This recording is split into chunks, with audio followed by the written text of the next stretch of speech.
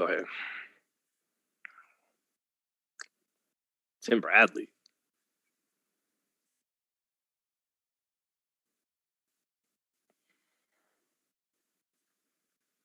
All right, what is up, everybody? Once again, FightHype Live. This time, live from the offices in Las Vegas, Nevada, watching from Madison Square Garden, Xander Zayas, the co-main event of this big card he's doing with his fellow Puerto Rican, Edgar Berlanga. They sold that place out at 5,800 people tonight. So both getting some big shine, big opportunity on ESPN tonight. And then over in California and Los Angeles, Virgil Ortiz's card, as we know, was canceled. And so we got Blair Cobbs in that main event. So I got my main screen right here in front of me behind my laptop watching the Berlanga card. And then here on the side of my laptop, I got a little bit of the Blair Cobbs stuff. So you may see me jump back and forth between the two. But for now, Xander Zayas is in the ring, and that's the fight we're going to be focused on. And Berlanga is the main event tonight. He's already a pretty good ticket seller, pretty damn good for where he's at in his career, filling up the Hulu Theater. There's world champions who can't do that. But Zayas is the guy who's actually from the island, from Puerto Rico's, Berlanga from New York. But this is the guy, Xander Zayas, that a lot of people are hoping with the same kind of balance and power punching style that Felix Trinidad had, that this kid could be, the answer that people have needed from Puerto Rican boxing since Miguel Cotto retired. So it's always fun to get a look at this kid. We see him growing into a man before our eyes. He's already got his man strength, it looks like, at a much younger age than, or a good chunk of his man strength at a younger age than a lot of fighters get it.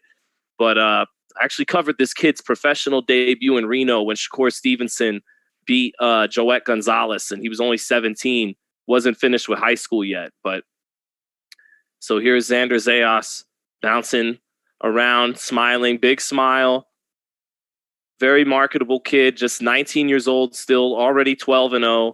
And the guy he's fighting tonight, Quincy Davales, is a solid fighter who was got his record all the way to 10-0 before dropping a couple of fights recently. But Quincy Davales, you guys might remember during the pandemic when the bubble, ESPN and Top Rank had their bubble, he shut down Clay Collard and put an end to the Cassius Clay Collard run, where Clay Collard got hot for about 4 or 5 fights there in the bubble, and Quincy Davales put an end to it. So a solid fight for 19-year-old Xander Zayas right here. Quincy Davales 12-2, Zayas 12-0. And I believe this is either Zayas' first or second fight at 154 pounds. It could be his first, but it might be his second. And here goes round one. And immediately Davales kind of cornered by Zayas. Zayas getting him in the corner immediately, using some effective ring generalship there, cutting the ring off in the first 10 seconds already. But Zayas, good balance, good punching power, heavy-handed in both hands, big kid, strong kid, questions about his hand speed, but arguably was the prospect of the year last year. And he has a great demeanor, great humble mentality and approach to the sport. And there's really high hopes for this kid. So he's starting off now with the jab, gets in, takes a little something off the fastball and lands a left uppercut. Didn't throw it with full power there, but got it in.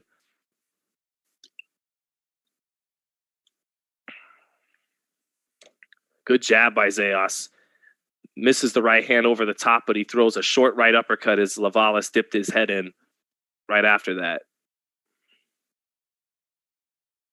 But from Zayas, just starting with his jab, very fundamentally sound kid, had a great amateur background in Puerto Rico.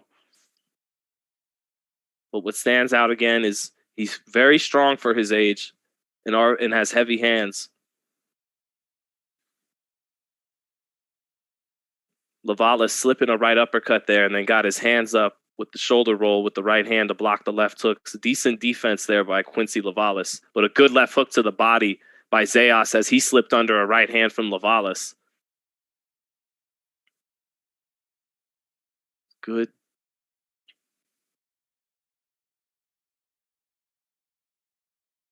Lavalas got some pink trunks on tonight. Blue trim with some white fur along the sides. giving Zayas some good defensive looks here. Not able to get anything going offensively, but Zayas not taking off upstairs like he likes to usually, but good left hook with Lavalas along the ropes.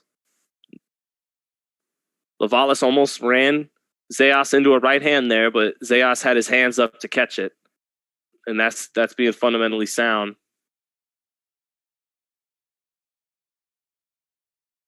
But Zayas at times is lowering that left hand as he walks in.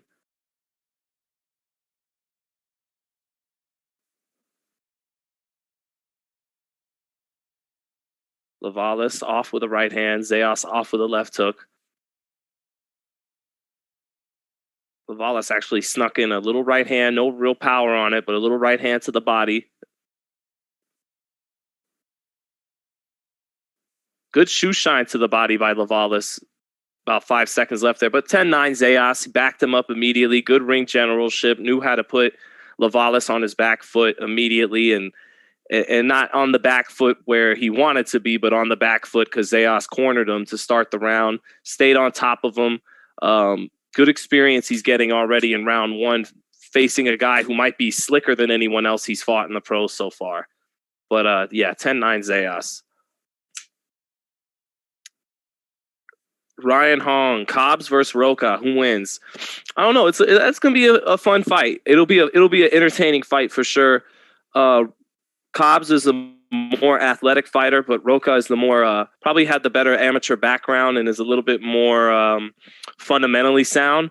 But I do think Cobbs is more athletic and a more explosive fighter. So we'll see. We'll see there. I do think it's going to be an entertaining fight, especially with the bad blood thrown in there at the end with Blair Cobbs talking a lot. So, but definitely a fight either guy can win in that main event. So, but back to round two with Xander Zayas and Quincy Lavalas. And again, for Xander, this is just a good look for him defensively to fight a guy with some slickness from America that can move his head, move his waist a little bit, has some hand speed.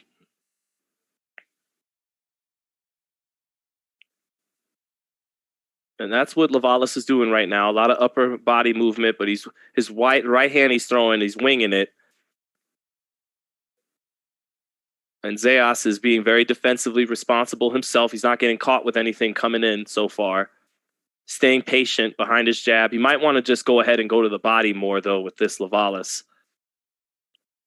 The best shot he landed in round one was a left hook to the body, and he has a very good left hook to the body. That's a very professional punch. Good left hook to the body, right as I said it. The two were exchanging here about a minute left or a minute into round two. Both were going to the body, but Zayas with the heavier hands, and then eventually, instead of just exchanging, he placed a nice left hook to the body. And that got the crowd going here in the Garden. Lavalas slipping the headshots up top after getting caught on the ropes with a body shot. He hasn't been able to get off the ropes after that body shot. Winging right hand by Zayas has Lavalas hurt a little bit. Lavalas ducking his head, not looking at the punches, just ducking his head around to get out of the way. Some of these right hands are getting in for Zayas. Lavalas slipping a lot of them, but getting hit by some and does a little shimmy with his shoulders, but he's been pinned on the ropes for, good jab to the body and a right hand over the top. Left hook to the body for Zayas. Landing the thunder now. Good right hand, left hook by Zayas.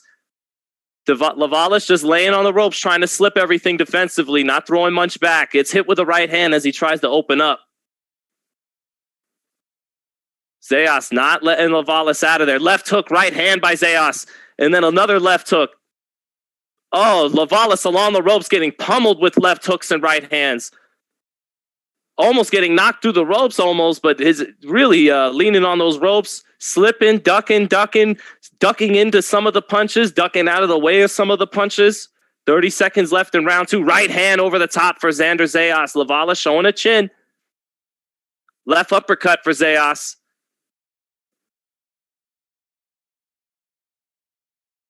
$20 seconds left now. Lavalas taking about a minute and a half of punishment along the ropes, stuck in one spot. And again, I think Zayas is better served just letting that thunder go down to the body. Because while this guy is slipping and slipping, he doesn't even know which direction he's slipping in sometimes. But the head moves, but the body doesn't.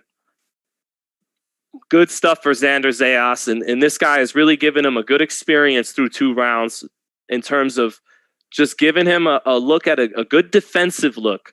He's not any threat offensively, really.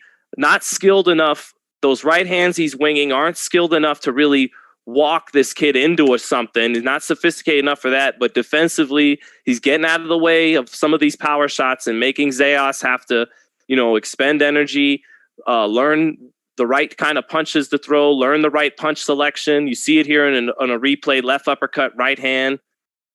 There it is, left uppercut, right hand up top for Xander Zayas.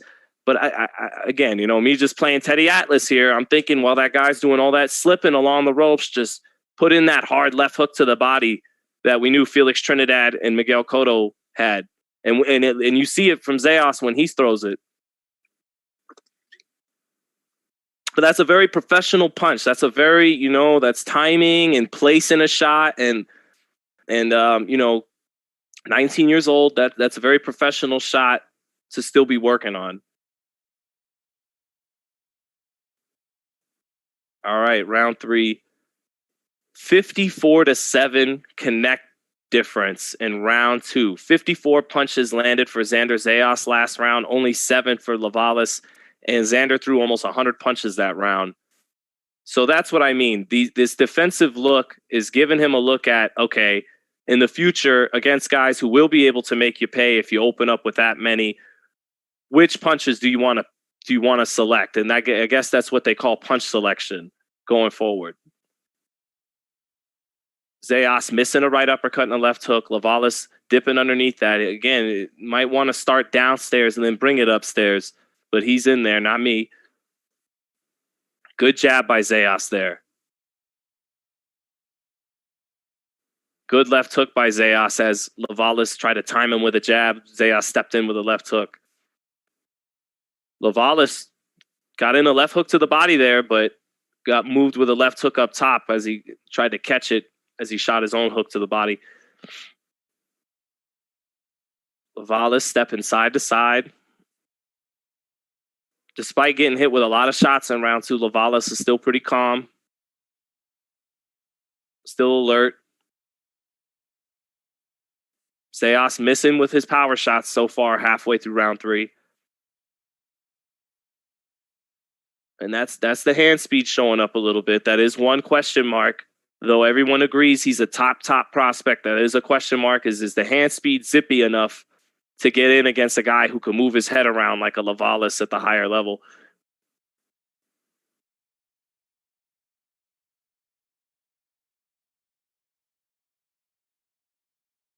Good body shot by Zayas there. Got underneath the right hand by Lavalas and stuck in a right hand to the body. And Lavalas hasn't offered too much offensively because Zayas has put him on the back foot immediately from the first round and has controlled the real estate in the ring. But Zayas hasn't really been hit with nothing in this fight. He's been very defensively sound and responsible.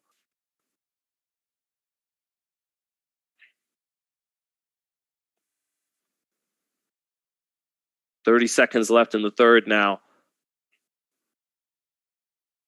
Again, Lavalas slick so far. Definitely got hit with plenty of shots in the second round, but not much in the third. Again, slips underneath a right uppercut, left hook there from Zayas. Clean slip there by Lavalas. Not doing nothing to win a round, but doing plenty to give this kid some problems and to give him experience. That's it for round 3. 3-0, Xander Zayas. But in class tonight, learning some lessons in the book tonight against, again, I'll say it again, the best defensive guy he's fought so far as a pro. Let's see what you guys are saying in the chat. Oh, my man. Okay, the boss let me know. Ring walks for Rocha Cobbs starting, so I'll be on top of that, everybody. We are going to switch over when that main event. Oh, I see Blair now getting introduced. Do you think Bivol is a harder fight than Beterbiev for Canelo? No way. I don't think either guy beats Canelo. So it's mathematical at that point. Who wins more rounds, I guess, but neither one's beating Canelo. Who is next for Munguia? Who knows?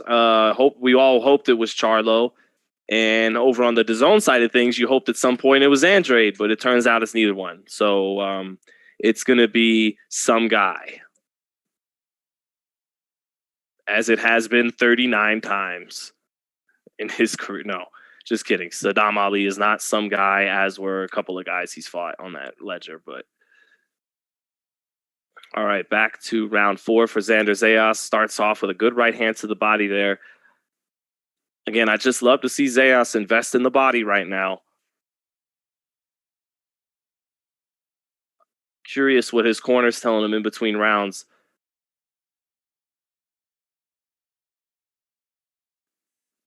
Almost checked Lavalas with a good hook there. Took a slight step back and almost got him with a nice check hook there, did Xander Zayas, but just off. Lavalas getting away from those right hands along the ropes right now. Oh, good check left hook by Zayas. Yep, he tried that just a second ago, and this time it worked. Good check left hook, knocked the sweat off of Lavalas' head. And if you're at home wondering, well, Lavalas, why don't you step up and try something? It's because this kid Zayas is a little more crafty than he seems just because he's fighting on the front foot. The minute Lavalas tried to step forward there, Zayas had a nice check hook waiting for him.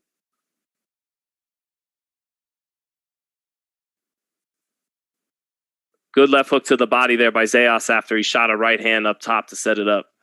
Again, just Lavalas against the ropes, forced and pinned on the ropes, can't get off of there. But he's smiling. Knows he's making this kid miss a good amount of his shots. Not doing enough to win, but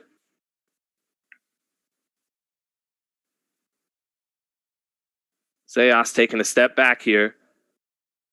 Turns Lavalas. All right. Well, we're going to go ahead and make the switch over here to the Blair Cobbs fight because Xander Zayas is in firm control in New York. It's just a matter of can he find his mark and find the range and get a stoppage, but he's winning every round in New York. So let's give it a look now over here for Blair Cobbs, Alexis Rocha. Some bad blood in this fight here at the last minute.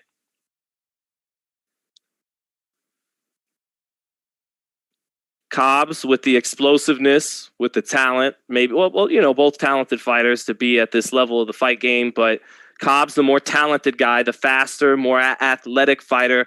Rocha, better amateur background, probably the more fundamentally sound fighter. So here we go in round 1 now. And Rocha, tall guy, southpaw. Cobbs, the southpaw, coming out of southpaw as well. Good right uppercut by Cobbs as he shoots off 3 punches to set it up. And he bulls Rocha into the ropes right after. Ref breaks him apart. Nice right uppercut in the first 30 seconds for Cobbs. And Cobbs starting with that energetic, frenetic style. Cobbs, not the most orthodox guy, but he is explosive. Cobbs trying to feint, shoots a left hand and then clubs some shots, flurries on Rocha. Rocha with his hands up, but then a jab gets through for Cobbs. Here in round 1, good first minute for Blair Cobbs, getting off first with his speed. Good defense by Cobbs, gets away from a left hand by Rocha and smacks him with a right hook, and Rocha smiles after eating that right hook. Rocha shoots a jab to the body, but eats a jab as he jumps in with this, trying to get to the body of Cobbs.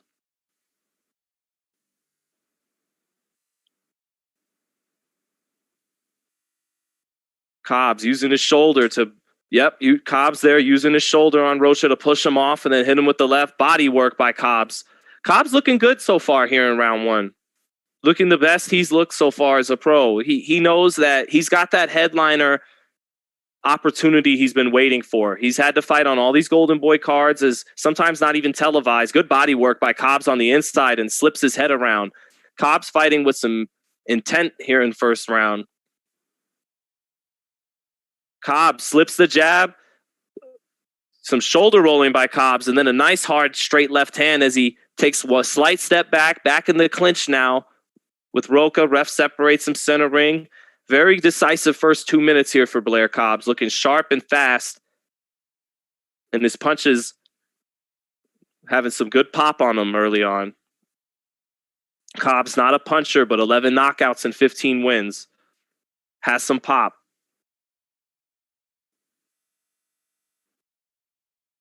Cobbs with his ranginess and his movement and athleticism giving Rocha some problems right now. Rocha trying to stay on top of him. 20 seconds left in this round. Rocha jabbing to the body, trying to stay on top of Cobbs.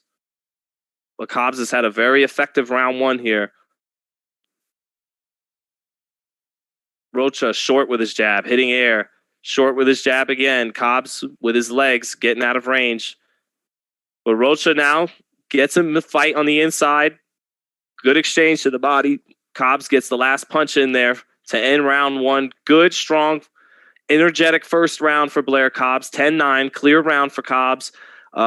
With that energetic, frenetic kind of style, though, you wonder if he can burn out in the second half of the fight. He has done that before. He's been caught up in some wars in California, where in the second half of fights, he slows down a little bit and gets caught. You know, Rocha will look to stay on top of him and see if those legs can slow down and then get him to stay in front of him more. But for round one, that was very good stuff for Blair Cobbs. He looked explosive and he looked fast, and his punches had some good pop on them too. So good stuff for Blair Cobbs, taking advantage so far in round one of his opportunity. Back in ESPN for a moment here. Zayas. Yeah, it's just a question in that fight if Zayas can get a stoppage because he's in good control, although I see Lavala's belt. Here we go on a replay of Cobbs. Cobbs actually got caught with a left hand there from Rocha. Hard to see in real time there as I was calling the action, but Rocha did get in the left hand in round one as they went back to the replay. Round two here to start. Good jab by Rocha 15 seconds into it, but Cobbs came out, both fighters exchanging. Both just a little bit off the mark, just missing each other with their Sunday punches, but now Rocha left hand over the top 30 seconds into round two. Rocha having a decent start to round two now after losing round one. Cobbs staying in front of Rocha now. Not using his movement for a minute, but moving his head side to side. Now he takes a step back. Cobbs lands a nice jab, sticks his southpaw jab in there. 1-2 by Cobbs. Moves to his right, moves back to his left. Stepping to his left now is Cobbs. Rocha tries to get to the body, but Cobbs ties him up. All right, back in the center of the ring. Rocha just off with a 1-2. Cobbs almost ate that 1-2 there. Gets in a good right hook to the body, but Rocha with two good body shots in return. Rocha short with a 1-2. Cobbs places in his longer jab.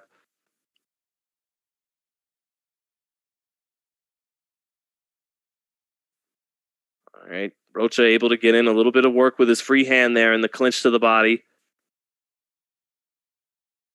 Good jab to the body there by Rocha. Already getting a little closer with his range to Cobbs than he was able to in round one. Cobbs, again, with that frenetic style, sometimes can't fight 3 minutes of every round like that with that frenetic movement. Good right hook by Blair Cobbs, though, as Rocha felt like he was starting to get it going there. Walked into a hard right hook by Cobbs. And that got Rocha's attention. He's staying right on top of Cobbs, but that was a good shot by Blair Cobbs. Walked him right into a right hook.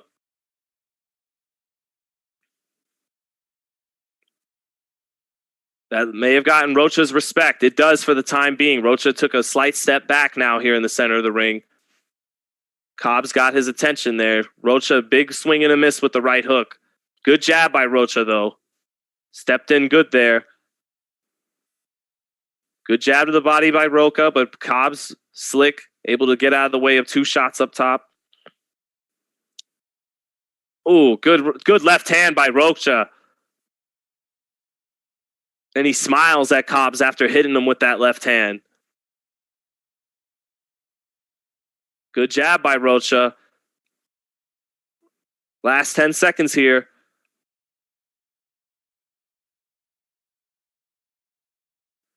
It's a better round for Rocha. I still give that round to Blair Cobbs. That big right hook that he walked Rocha into was the best shot of the round. But towards the end of that round there, Rocha did get in a long left hand.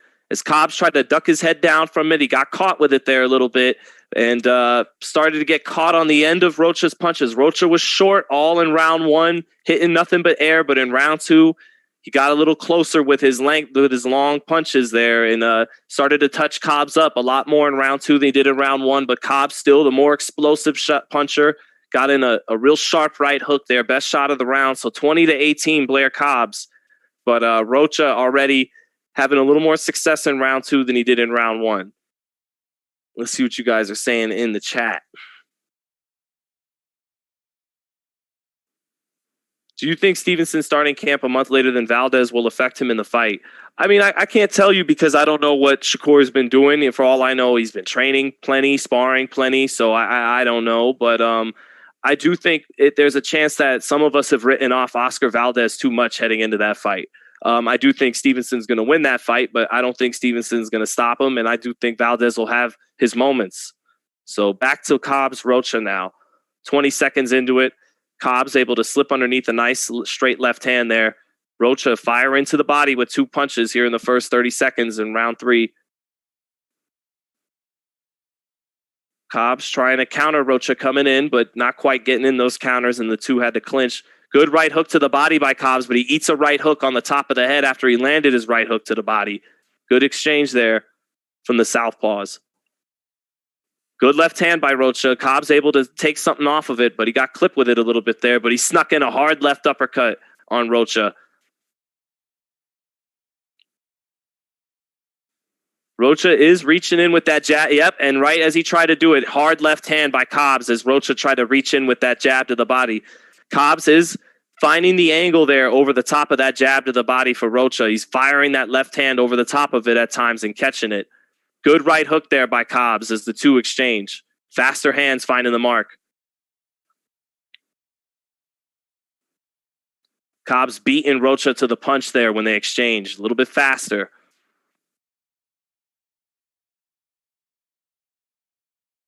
More zip on his punches. Good right hook again by Cobbs. Cobbs just off with a left uppercut. Almost starting to get some good angles in on Rocha now as Rocha kind of starting to plot in, just walk in through that front door, and Cobbs might be starting to find, yep, there it is, straight left hand for Cobbs as Rocha comes in. But there's angles there as Rocha walks in through the front door with his attack that Cobbs is starting to find and shooting over the top of. Cobbs having a good round here.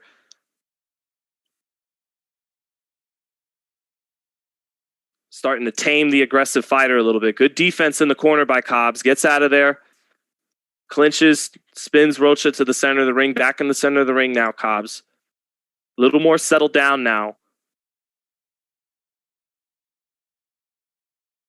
And settling down for him might be a little good for him. You know, expend less energy and just, you know, a little bit more for him. Classical boxing, outbox this guy.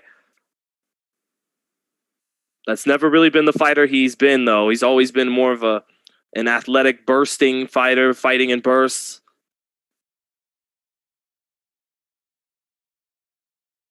Ten seconds left. Cobbs really able to neutralize Rocha that round, outboxed him that round. And when the 2 exchange, got his sharper, zippier puncher, got his in first. 3-zip Blair Cobbs. But good job with that round by Cobbs of slowing the fight down. Rocha bleeding right there above his right eyelid. We'll see in the replay if that was from, I believe that was from a headbutt.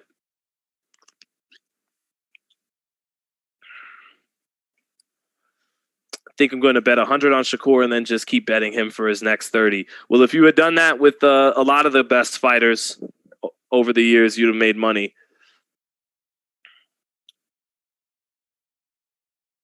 So there on that replay, actually, here we go. Cobbs, hard right hook. Ooh, on the top of the head, made Rocha back up and stumble there. Rocha, very good job by Rocha shaking his head and playing it off. He actually, in real time, didn't allow for you to notice he stumbled that badly, but in slow-mo, it didn't lie. He got stumbled there by that right hook by Cobbs on the top of the head. All right, round 4.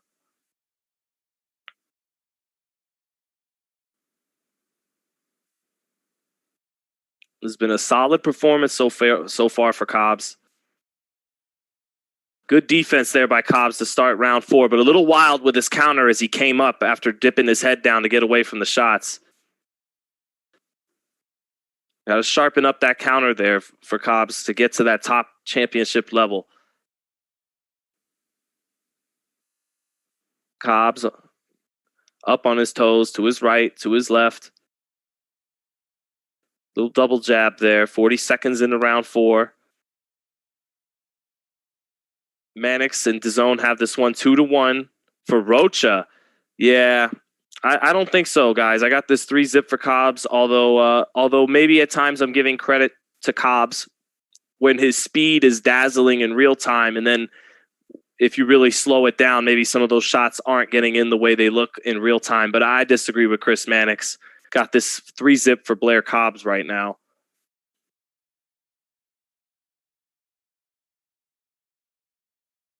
Cobbs, wild right hook, almost got clipped there, but got out of the way of it. Both fighters getting out of the way of that shot. Short left hand by Cobbs as he used the shoulder to get out of close range. That little nudge and fire. Good right hook there by Rocha. Cobbs getting a little wild this round, looping his punches a little bit too much right now. And at times, moving his head with his hands at his waist.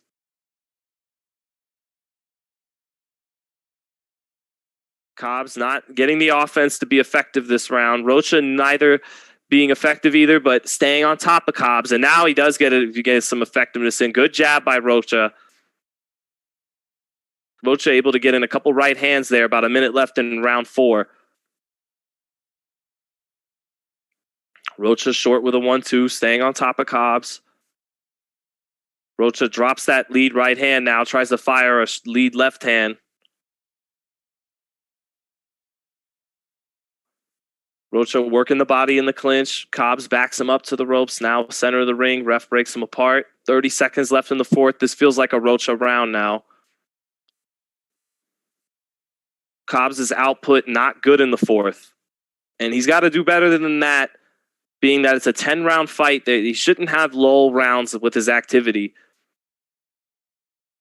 If you want to fight with the Errol Spences of the world, that's a guy who could throw 70 to 80 punches for 12 rounds. He is not taking a break in the 4th round with his activity in a 10-round fight.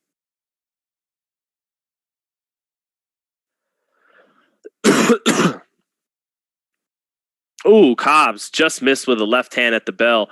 But Rocha able to stay on top of him that round. Found the mark with a couple of right hands with a minute left in the 4th. Cobbs wild with his own punches. Sloppy with a few of his counters as he would slip Rocha's punches. So 3-1, Blair Cobbs, 39-37. And back in New York, Zayas looks like he's about a minute and a half from being extended the full distance here. Here on the replay, actually, Cobbs able to get in a hard 2-piece, but a good body shot by Rocha on the next replay, but good jab by Rocha there on the replay. Yep, 39-37, Blair Cobbs on the FightHype card. Let's see.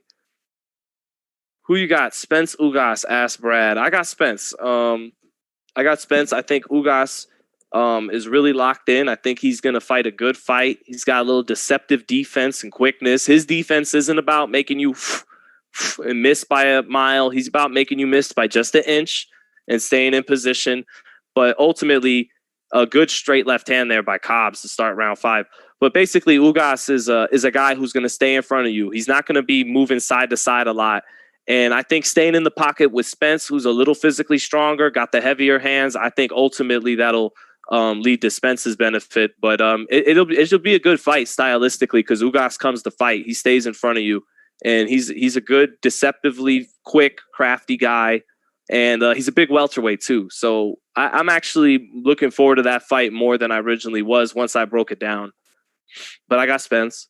Oh, Rocha, big straight left hand in round 5. Cobbs is hurt. Cobbs is hurt with a minute left 1 minute into the 5th. Cobbs was on bad, shaky legs after a straight left hand by Alexis Rocha. And now a jab by Rocha. Cobbs up on his toes, trying to get through this moment, but he was rocked. Rocha maybe not unloading the clip the way he should. Rocha looking a little fatigued himself despite having Cobbs rocked. Rocha missing with a right hook, but here was a big moment here for Rocha. Cobbs was hurt. 30 seconds have gone by. Rocha not really able to follow up on it right now, but another left hand lands for him. Cobbs able to roll with that one a little bit. Now Cobbs in the corner, slips some shots. Straight left hand again by Rocha. Cobbs is hurt and having to tie up. That straight left hand started to find the mark for Rocha.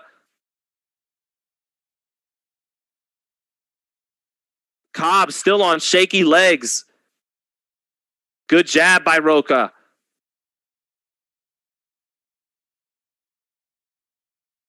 $50 seconds left in the fifth. Cobbs still on shaky ground. Ties up. Rocha not getting off the combination punching you want to see, although Cobbs with his movement, getting out of range, making it hard for him to deliver those combinations, but straight left again by Rocha. That jab to the body, he stuck to it all night, and it set it up over the left hand over the top. Good job by Rocha, sticking to the game plan. Good jab by Rocha. Big round for Alexis Rocha, and Cobbs going to have to make an adjustment here. Cobbs slowing down after that athletic start. Ooh, big miss, winging left hand by Cobbs there. Rocha a little tired too, though, so got that 3 rounds to 2 for Cobbs now, but that was easily the most decisive round of the fight in round 5 by Alexis Rocha. About a minute left in the 5th, and he got absolutely smashed with a straight left hand, knocked his jaw right in place and knocked the sweat off his head. But Cobbs showing the toughness, staying on his feet, but got hit with about 3 or 4 more left hands just like that in the round. Oh, look at that replay if you guys are watching at home. What a straight left hand. If you guys aren't watching at home, Rocha been working a jab to the body all night, even ate some counters as he kept sticking his jab to the body in, but eventually it set up a straight left hand over the top that really nailed Cobbs and knocked the sweat off and sent his chin flying from one direction to the other. Let's see. All right, round 6. Is Rocha's conditioning going to let him down here, or can he follow up? Can he put his foot on the gas? Good start to round 6 for Rocha. Left hand and a right hook. Cobbs had straight left hand for Rocha. Cobbs not finding any answers right now defensively for that left hand. He's a guy who relies on his athleticism and keeps his hands down. Left hand again for Rocha. Rocha sometimes punching in combination to walk Cobbs, to throw in the punches, to move Cobbs' head in the right spot, to then land the straight left hand. But Rocha has all the momentum right now. Cobbs is going to have to walk him into something. Going to have to hit him back with something hard because he's already got rocked with a good left hand in the first minute of round 6. Cobbs up on his feet, bouncing up and down, expending a lot of energy in just the kind of style he fights in. Cobbs bouncing to his right. Rocha steps in with a nice right uppercut, left hand combo, but Cobbs gets out of the way. Cobbs is still dangerous. Still a dangerous fighter, still unpredictable and a little explosive. So Rocha has to stay on his P's and Q's here, even though he's starting to gain some control.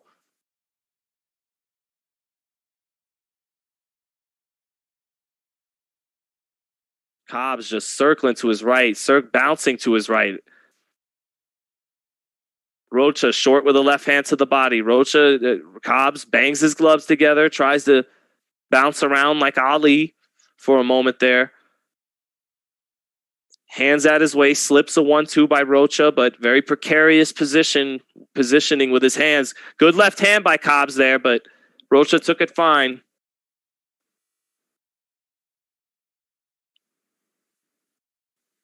Cobbs trying to find some more gas in that fuel tank, kind of summoning some energy here to finish round 6. Still losing this round because he got hit with too many left hands in the first minute, but he's steadying himself a little bit here. I don't know if that's the right word for the kind of way he bounces up and down. I don't know if he's ever steady on his legs when he fights Blair Cobbs, but Rocha a little frustrated, waves his hands on the side, but he's won this round. Cobbs tries to tag him with a check right hook as Rocha comes in with the left hand that he's kept rocking him with. Good jab for Rocha. Couple seconds left. And that's it for round 6. 3 rounds to 3. Last 2 rounds to Rocha. Last 3 rounds to Rocha. I scored the first 3 for Blair Cobbs. Scored the last 3 for Alexis Rocha. Not terribly surprised to see where this fight has headed. Like I said, after Cobbs got off to that good start early on, it's the question of, can he sustain that 3 minutes for 10 rounds? He can do it in bursts, but that kind of frenetic, constant bouncing up style he has, there's some wasted movement in there. And I think it expends a lot of energy for Cobbs. And he's not the kind of guy who gets to fight 4 or 5 times a year and be active enough to get his conditioning all the way up to 100% if he's going to be fighting in an energetic Sean Porter, Manny Pacquiao kind of constant bouncing, constant movement style. So in his current state, he can do it in spurts. So when he's able to summon that energy, he's still dangerous in there. But when he's not, Rocha, better fundamentals, keep stepping to him, and is finding more and more success as this fight goes on. So round 7 now. Got this tied up at 3 apiece. Cobbs just off with a counter left hand. Rocha waving his hands. You can feel the bad blood here a little bit.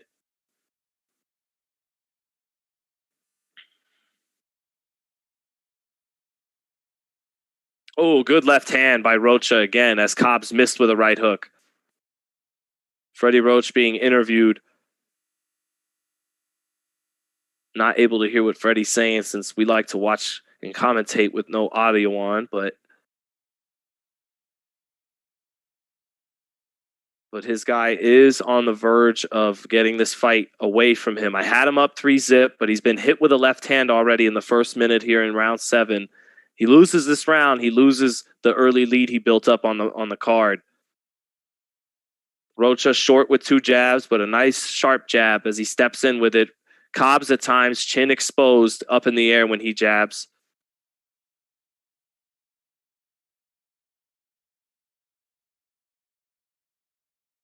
Cobbs bouncing around, expending a lot of energy just with his movement without even punching. Center ring. Rocha steps in with 2 sharp jabs, with Cobbs using his athleticism to back away from it. Cobbs has got to find the offense here. He's got to get back and take some chances. I think Rocha has made him a little more weary of jumping in and out with his punches after timing him with some of those left hands, but he's got to let his hands go now, does Cobbs. Cobbs short with his jab. Good body shot there by Rocha to get in the clinch. Now they're out of the clinch, back in the center of the ring. Good jab by Rocha as Cobbs stepped right into Rocha's jab. Now they're talking a little shit to each other. Good left hand by Cobbs as Rocha in the 7th round. Energy a little low, dropped his right hand and ate a left hand over the top by Cobbs for doing it. But a good body shot right back by Rocha after he ate that left hand.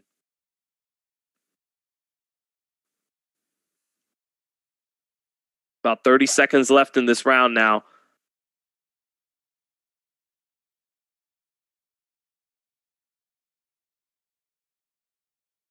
Good right hook by Rocha on the inside there. Good jab as Cobbs by Rocha as well, as Cobbs tries to back his way out of that exchange.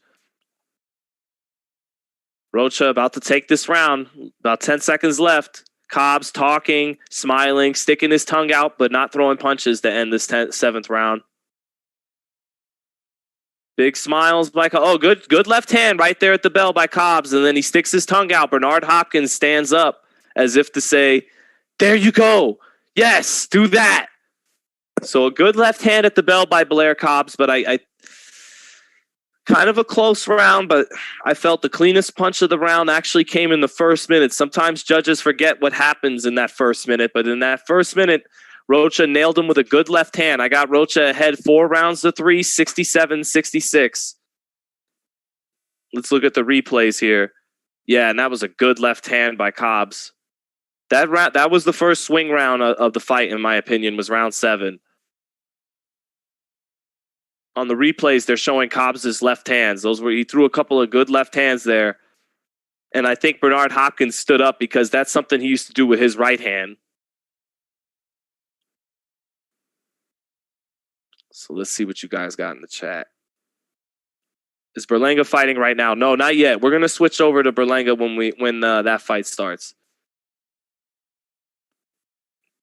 So, all right, round 8 for Cobbs and Rocha. This one could be 4 rounds to 3 either way, in my opinion. Round 7 was close. Rocha got in a good left hand, but Cobbs got in 2 good left hands in the second half of the round. Maybe Cobbs did win that one after all. 4 rounds to 3 either way. Here we are in round 8. Cobbs getting caught there with the left hand with his hands down. Both guys opening up. Cobbs trying to back out of the exchange once he was done punching and got caught with a left hand as he tried to get out of there with his hands down. Chris Mannix has this fight 5 rounds to 2 for Alexis Rocha.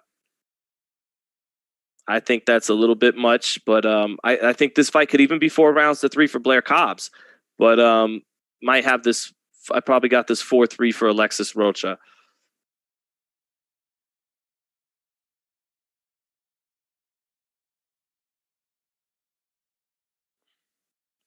Rocha, not as accurate with his punches in the 7th and 8th so far as he was in 5 and 6.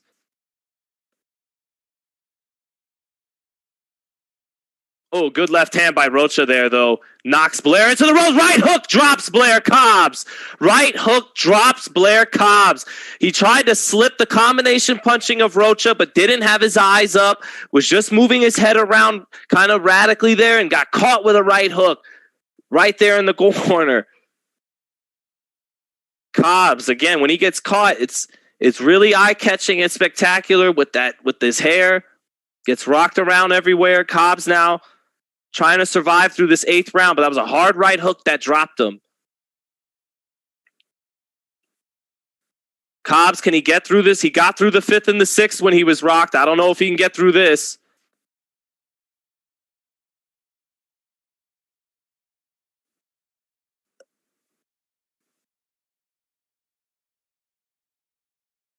Good body work by Alexis Rocha with Cobbs along the ropes.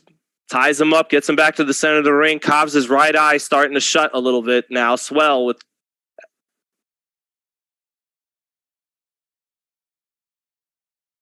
And you heard me earlier in this fight say when that energy dips down with that frenetic style, is he going to be able, and Rocha gets him to stay in front of him, he might be in trouble. And you saw it on that right hook there.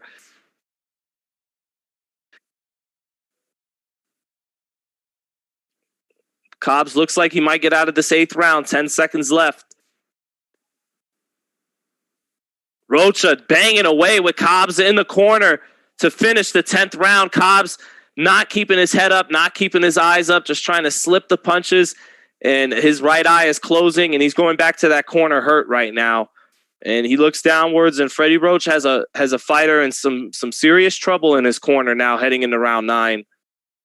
It's going to take something dramatic from Blair Cobbs to turn this fight around. The doctor wants to take a look. Doctor's taking a look, and they are stopping the fight. My editors tell, oh, no. My editor's saying they're thinking of stopping the fight.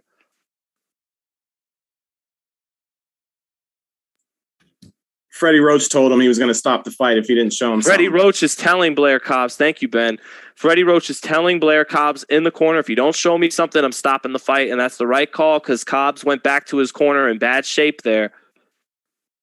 And fighters get hurt, particularly get brain damage when they're exhausted.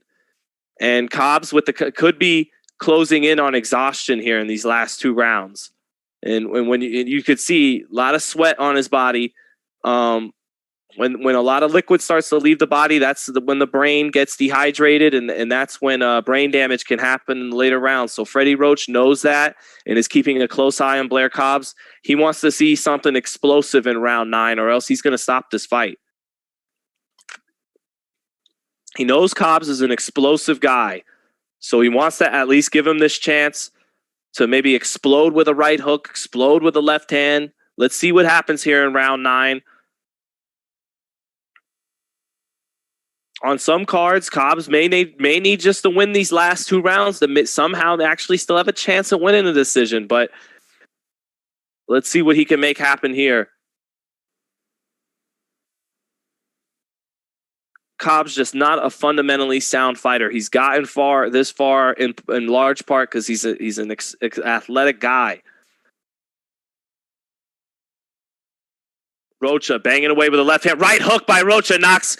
Oh, this looks like this to be the end. Right hook, left hand, right hook, left hand, right hook, body shots, right hook, left hand, and that is it.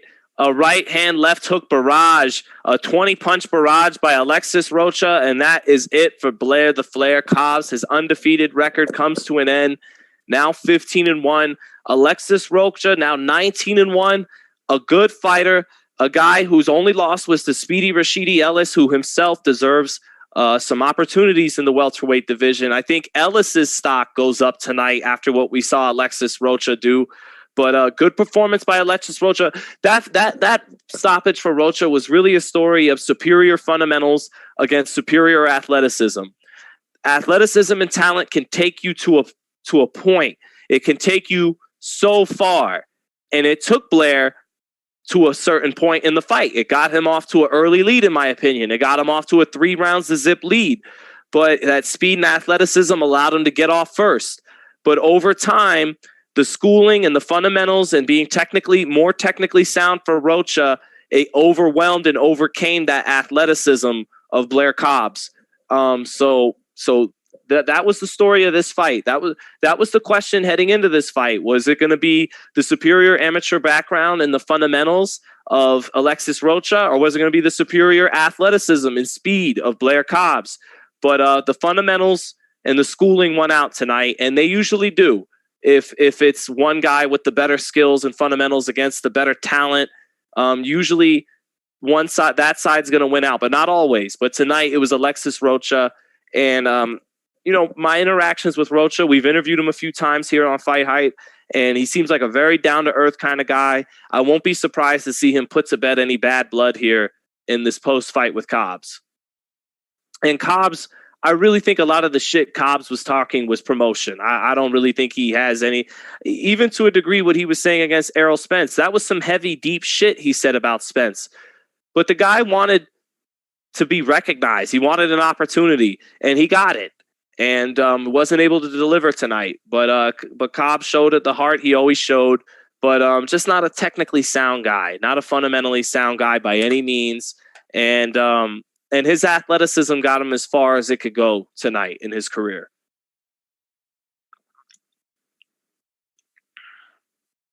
Berlanga fought yet? No, not yet. Not yet. Ezio, skills pay the bills. Right, tonight, fundamentals paid the bills. And that's going to be... April 16th is going to be one of the best fundamentally sound fights we'll see in a minute between Ugas and Spence. Those are 2 very fundamentally sound fighters, especially Spence. Spence has made tens of millions of dollars off the fundamentals. Not a lot of special effects. He's just incredibly... Errol Spence, I said years ago, is one of the top 3 to 5 guys easily, that if I was my son, who's about to turn 3 soon, when I want him to watch boxing and to learn from someone, I would want him to first watch guys like Winky Wright and Errol Spence, who have the perfect fundamentals and who became one of the best top 10 pound for pound fighters in the world, really off just the fundamentals, because there ain't no point in really showing a young kid Roy Jones tapes, or guys like that, because you can't emulate that. But the stuff that Errol Spence does, keeping his hands high and having that busy, heavy jab and working his levels with his body shots and 1, 2, 3, and that's the stuff you could show any fighter. So yeah, man, there's going to be some great fundamentals on display April 16th. Errol is somewhere laughing. Yes, indeed, he is. Indeed. As a matter of fact, I wouldn't be surprised to see a tweet from Errol Spence incoming. He already tweeted. Okay, well, there we go. He said Rocha's beating red ass off 5 heartbeats. Oh, very clever tweet by Errol Spence. I never even saw the 5 heartbeats, but that's a very good reference by Errol Spence. See, I even told Errol, I said, you always say this savage stuff on the low. And that was kind of like the Twitter version of Errol Spence's savagery. It's like, so yeah, back on the ESPN telecast now. Wow, Jared Anderson, 11 KOs and 11 wins. That's right. 100% perfect KO ratio so far. He is the truth. I really like Jared Anderson. It's just a question of, is he big enough at 6'4" in today's heavyweight division? But he should be fine. All right, main event getting ready to start now. Steve Rolls coming to the ring. Only loss, as we all know, to Gennady Golovkin. A fight where in the first 2 rounds, Steve Rolls was being very effective. Arguably won those first 2 rounds against Golovkin. Caught him with a lot of right hands. Caught him with his right hand and his left hook and his jab. Caught him with both hands that night. But ultimately, just didn't have a whole lot of slickness defensively, and the solid upper body movement Steve Rolls does have. He doesn't have a lot of movement with his feet beneath him. He's 37 years old now, so it's not like that's something he's gonna have developed since the Golovkin fight. But he's a good fighter, but he doesn't step around a lot. He doesn't use a lot of lateral movement, so that's why he's here matched with Berlanga tonight. It's because at this stage of Berlanga's development, he's a good, credible guy. Only losses to Golovkin, 21-1. So, but the reason why they probably feel their kid is safe tonight is that this guy isn't a slickster. He isn't a guy who's going to get up on his bike and move laterally a whole lot. He has the hand speed and the offensive skill set to land on Berlanga and to punch him. But he shouldn't cause him too many problems as the fight gets into the 3rd, 4th, and 5th rounds defensively. So here comes Berlanga now. I have not listened to music. I think the last album I listened to, people, in terms of a new music release, was either like 2006's Fish Scale from Ghostface, or it was Desire by Pharoah Monch in 2007. So I say that to let you know I have no idea who this rapper is walking Edgar Berlanga in right now. No idea. Couldn't tell you. If he was platinum, I couldn't tell you. So, but here comes Edgar Berlanga. A lot of people questioned if 24 years old, 18-0, 16 knockouts. Questions about too much too soon. Fat Joe's right behind him. Tracy Morgan loves this kid. The celebrities in New York, a good group of them have taken to Edgar Berlanga because he has star quality. He's a ticket seller. He sold this place out tonight. So the question was, did this kid already get a little bit too much sent to his head, to his ego during the prospect stage? But I think getting dropped by Caceres in his last fight on the Fury Wilder 3 was a blessing in disguise for him. I think that knockdown might have been enough to keep Edgar grounded. A lot of these kids that come from the street in New York, they're wide eyes with ambition and with the spotlight. You know, a lot of kids from New York, they got a lot of swag and they like the limelight because they feel like they know how to shine in it. And so not just along with the money, but they like the fame.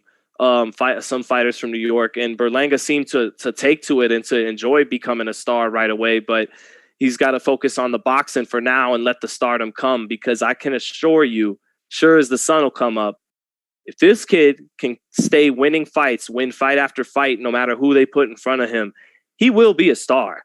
He can sell out the Garden for these Puerto Rican fans on the East Coast. He can be a star. Everybody right now, that Hulu Theater is sold out, and everybody has their cell phones out as he's walking to the ring. He has a fan-friendly style. He's a hell of a puncher. He has good hand speed, throws good combinations. He just needs a little bit more nuance and finesse to his style, you know, little change speed on punches, feinting, you know, not always coming in through the front door, as they would say, but the big stuff, the foundation, his combinations, the power in both hands, the good speed, the good balance coming forward. He's really got a really good foundation. Although there is questions about the chin going back to the amateurs, but if this kid can continue to develop and get better, and if he wins his fights, he's one of the rare guys we have in today's sport that could really be a star, that can really move the needle for the sport. So here he is on the apron now, waving his arms out, getting a big reception at the Garden Theater. Let me see what you guys are saying in the chat right now. What are your thoughts on Colbert? I thought Colbert, you know, unfortunately, you know, really dropped the ball against Hector Luis Garcia, wasn't competitive in that fight, and was just off in every, you know, the hand speed was still there. He even in losing almost every round to Hector Luis Garcia, the moments he opened up with just the raw hand speed, he might be the fastest guy still in the world at 130, but just I don't know, man. That is still his attribute. He's still fast, and I still think he's a better fighter than he showed against Hector Luis Garcia. But man, did he really drop the ball in his first big opportunity? And now the spotlight shifts to the next kid from Brooklyn, like a Shushu Carrington. You know, now it's like, okay, you had the moment as the kid from Brooklyn who was undefeated, and you dropped the ball, and he'll get another opportunity with PBC. But you know, Bruce Carrington tonight showed out. So now you know, you open the door up for the next young undefeated Brooklyn kid to get that buzz. So we'll see. Berlanga is just another James Kirkland. No. Kirkland wasn't the. I know Kirkland had the knockout percentage like Berlanga had, but Kirkland really was more of a attrition puncher, you know, wear you down, clubbing shots. Berlanga is a snappier, zippier puncher. He has faster hands. He's a super middleweight, and Kirkland was a 154, and Berlanga has faster hands at 68 than Kirkland did at 54. He's just a sharper, snappier puncher than Kirkland ever was. You know, I think Berlanga has more upside than Kirkland did. But Kirkland, though he didn't have a granite chin, he had balls. He was a dog. He was a dog. And if Kirkland did have an iron chin, he would have been a problem. Even as rough around the edges as he was technically, and even though he was slow and plodding, he was relentless. But I think Berlanga has definitely the foundation to be a better fighter than James Kirkland ever was. Yo, how you get the platinum Pac plaque? Oh, that's, you notice that, the Tupac plaque. Yeah, that was the 2011, the 15th anniversary of his death. They did a limited edition plaque thing, and my wife got it for me because that's my favorite musician right there, Tupac. So appreciate you noticing that. So,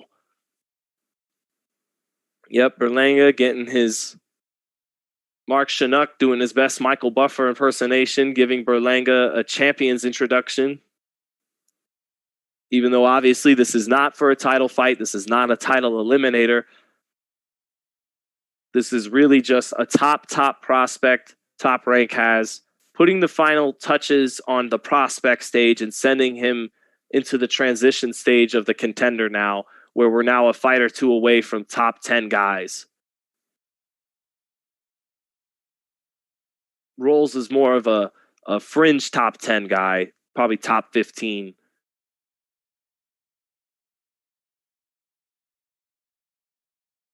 Berlanga, not a lot of muscular definition. Some guys, that's just your body type, you know, in solid shape, but would almost like to see a little bit more tone and definition from Berlanga. But then again, that shit hasn't mattered for many a fighter. And he's in plenty good shape. Not soft at all. All right, round one. Here we go. Rolls starting off, stepping to his left. Again, Rolls has some fast hands. Very, very competent offensive fighter, and he's actually out using his feet a little bit more than he did in the Golovkin fight to start. But it's round one. Let's see if those 37 legs can really move all night and step around all night. But good jab to start by Rolls to the body.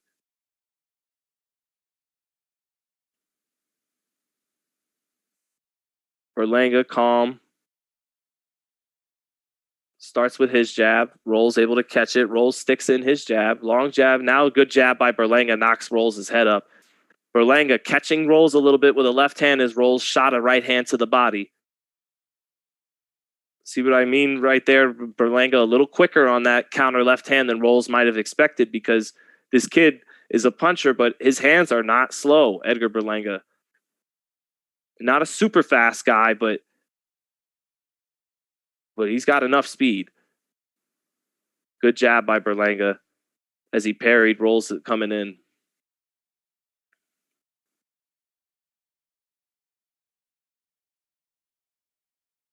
Berlanga, you could tell, like a lot of young fighters watching, good right hand by Steve Rolls. Left hook made Berlanga put his hands up, but then the right hand got in after the left hook for Steve Rolls.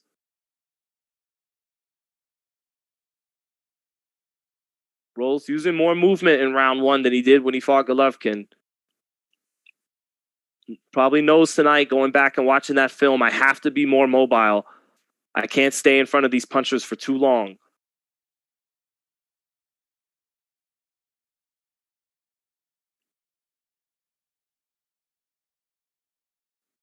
One minute left in round one. Berlanga got tagged with a right hand midway through the round. Berlanga, not want to say cautious, but very patient. Far from the guy looking for a first round knockout. Good right hand by Berlanga there over the top, though. 40 seconds left. Good right hand a moment ago by Berlanga. Rolls shoots in a right hand to the body. Berlanga moving Rolls back with a jab.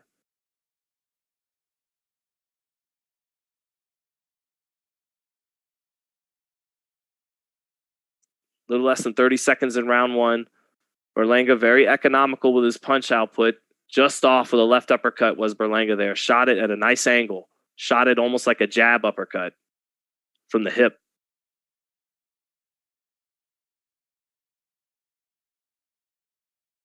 Ten seconds left. Good left hook and then a right hand over the top by Berlanga. Enough to take him in round one. So a bit of a scratch and sniff round one there. But Berlanga, he did knock Rolls his head up with his jab in the first minute. Rolls with a good right hand midway through the first round, but Berlanga kind of finished there in the last 5 seconds with that left hook overhand right combination. I give that round to Berlanga. But a good right hand, good straight right hand midway through the first for Steve Rolls, but 10-9 Berlanga, very, very patient in round one with his output. Rhythmically, you could tell Berlanga watches a guy like Canelo. A lot of young guys do. You could just tell by the way he's holding his hands and coming forward patiently with a little rhythm to his coming forward that you could tell he's watching Canelo Alvarez. I even asked him that back in last October before Fury Wilder, and he said he does. A lot of young guys do. So, but 10-9 Berlanga.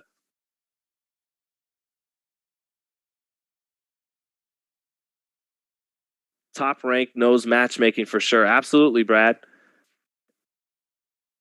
All right, round two. Let's see if Berlanga steps into range a little bit more here. Rolls, jabbing to the body, and Berlanga calmly bats down the jab to the body. Now Berlanga steps in with a right hand. Rolls, ties up.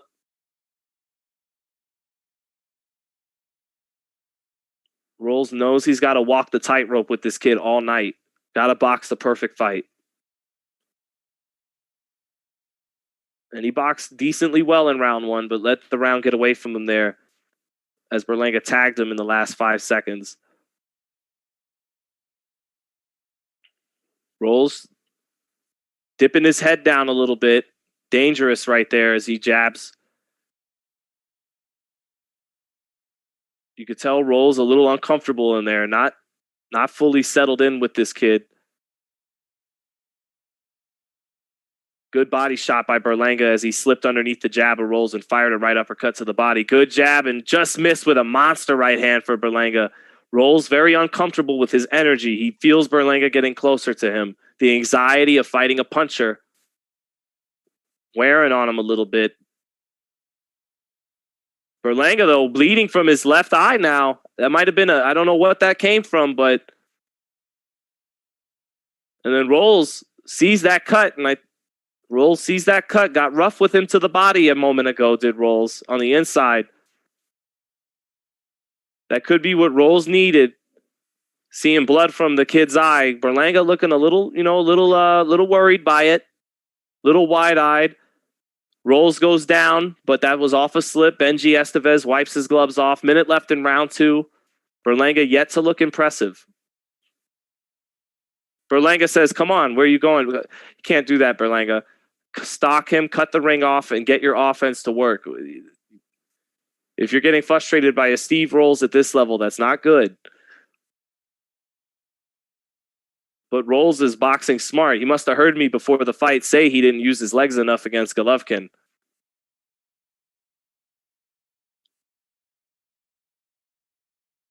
Rolls doing a decent job frustrating this kid in round 2. Got a little rough with his head there, and Berlanga gets angry, shoots a 1-2 and misses.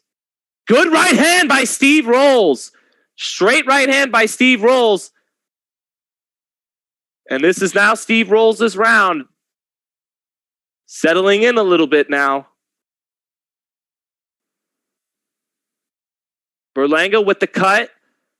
Rolls got a little rough with his head on the inside, and that pissed Berlanga off. He shot in a 1-2, missed, reached with it, and that made Rolls come right back with a stinging straight right hand. That was Steve Rolls' round. 1-1, 19-19 through 2.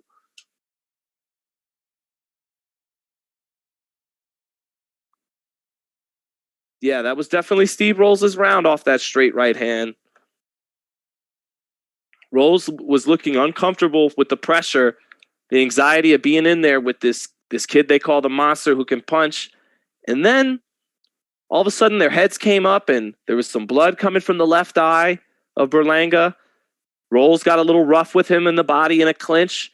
And then I could see Rolls look at the blood in Berlanga and it settled him down a little bit. And then he got rough in another clinch, kind of nudged his head in on Berlanga in the clinch, and it made Berlanga pissed off, and he got out of the clinch, shot a 1-2, missed it, and then Rolls stepped right back in, straight right hand, and that got him the round.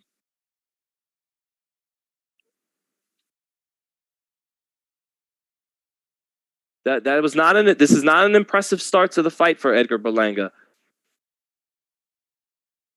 Not finding the mark, not stepping in with his jab, not able to find his range just yet. And that was an elbow by Steve Rolls that caused the cut.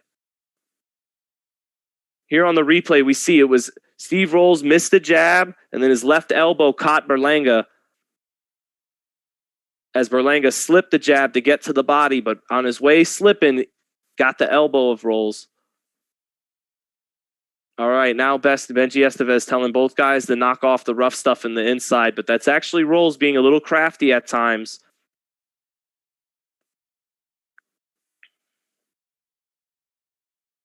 Berlanga just short with an uppercut. Rolls sometimes, when he tries to fire to the body, he'll duck his head down and not keep his head up.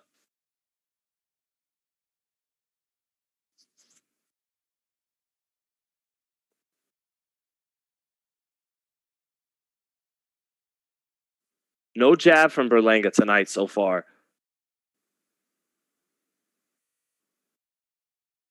Berlanga staying on top of Rolls. Almost halfway through this third round. Rolls back near the ropes. Moves to his left, moves to his right. Berlanga just letting him slide his back along the ropes. Not firing, not trying to jab his way down. Not letting go of it. Good jab by Berlanga. There's a jab.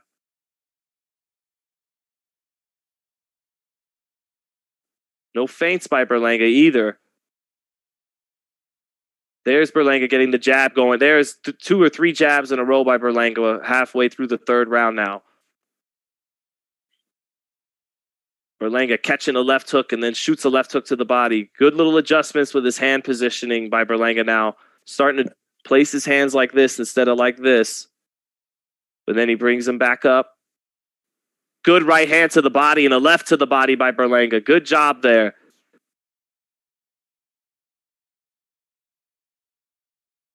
Berlanga getting better this round, more effective. Few adjustments being made here. Good jab by Berlanga. Another good jab by Berlanga. Using some boxing skills right here.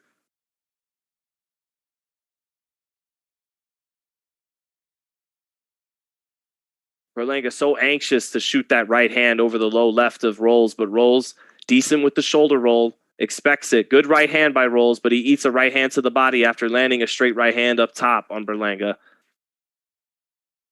This is Berlanga's round, little less than 10 seconds left.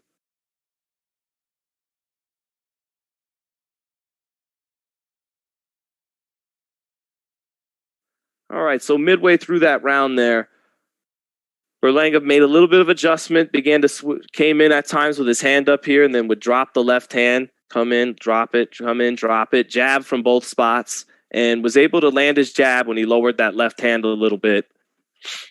Not able to get in the power shots he wants. You can see he wants to shoot that right hand over the top of Rolls. He's staying on top of Rolls, actually trying to counterpunch while going forward. But not being first maybe as often as he needs to be to look impressive so far. But 2 rounds to 1 for Berlanga and 29-28 over Rolls.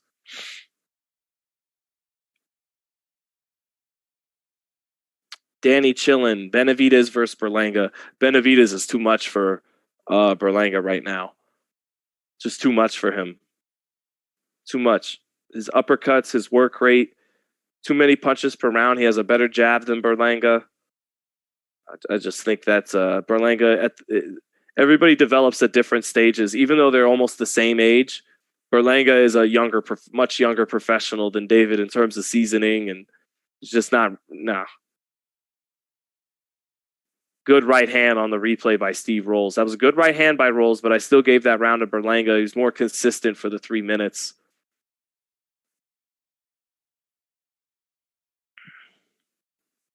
Let's see. Someone in the chat said, new subscriber, bro. I love your insight, man. Peace from Australia. Peace to you too, man. Thank you, man. I loved covering your boy Tim Zhu the other day. I'm so happy he came to America to fight stateside, man. He is a good fucking fighter. I look forward to covering his fights here. All right, about a minute into round 4 now. Berlanga staying on top of Rolls, but Rolls boxing well tonight. Boxing very decent. Good left hook by Berlanga, though. Shot a right uppercut to the body and then brought his left hook up top, and it made Rolls shake a little bit with his leg, but I don't think Berlanga noticed it. I don't think he saw it, but Rolls reacted to that left hook from Berlanga. Minute into the 4th. Rolls complaining, getting hit in the back of the head, but he actually got hit on the gloves with his hands up. Berlanga looking for that right hand over the top too much. There are other setups in his arsenal that are there, I think, but he's not using them.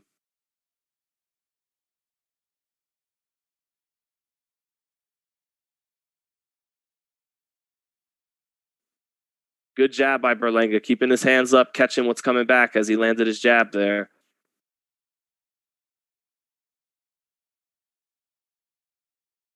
Good jab by Rolls, shoots it through the center of Berlanga's guard. Rolls not going to win a fight like this. Not going to win a fight like this. The way he's fighting here in round 4. Doing enough to stay competitive, to hold his own. You know, Berlanga lands a jab, he lands a jab, but fighting completely off the back foot, especially in New York against this young kid, just no way you're going to get a decision fighting like that.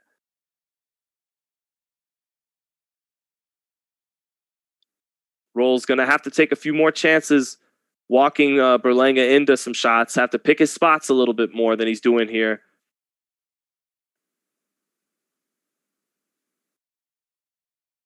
Good right hand there by Rolls, just as I say it. That's the shot that's been there for him tonight. He's landed that right hand half dozen times. Good jab by Berlanga.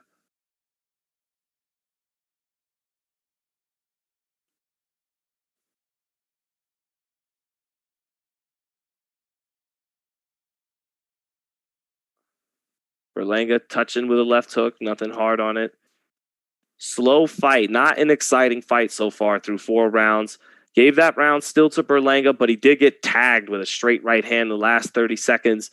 Did land a good left hook about a minute into that 4th round that shook Rolls just a little bit, but close fight that round. But I give it to the aggressor, the guy staying on the front foot, a little more active, not active, a little more accurate with his jab.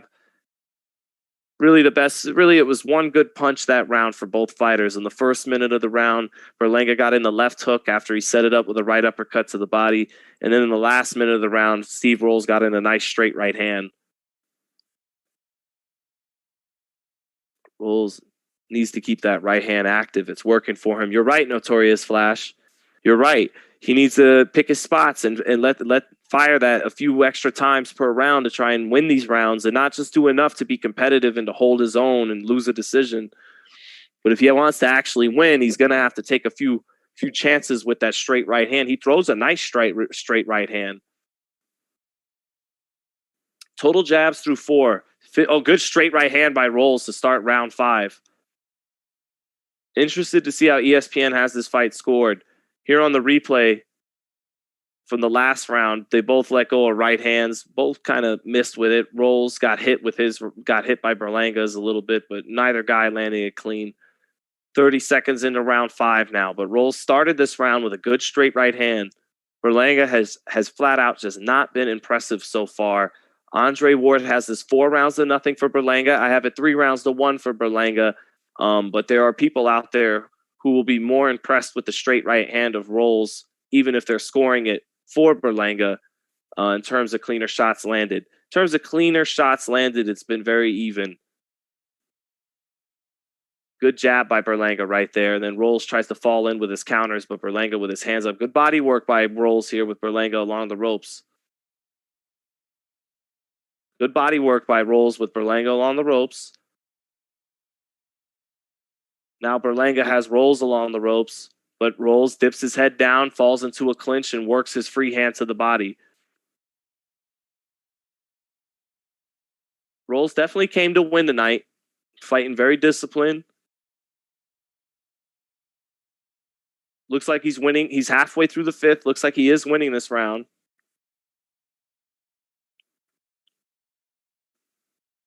Got to fire that right hand a little more often.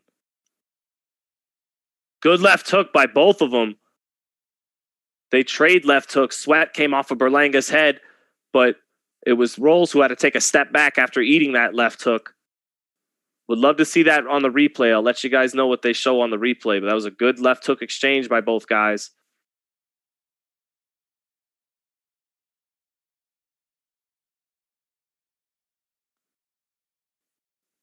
Rolls off the back foot, going to have to take a chance here. And a good straight right hand by Rolls. 45 seconds left in the 5th. Good straight right hand. He's going to have to do a few more of those this round just to make sure. Good jab to the body by Rolls. That jab to the body sets up the right hand. Rolls doing himself a good service to land one more of those right hands to make sure these judges in New York actually give him this round. Good jab to the body. Good jab up top by Rolls. Good up jab. Good movement there by Rolls, moving out to his left. About 10 seconds left in this 5th. Does Rolls let go of one more right hand?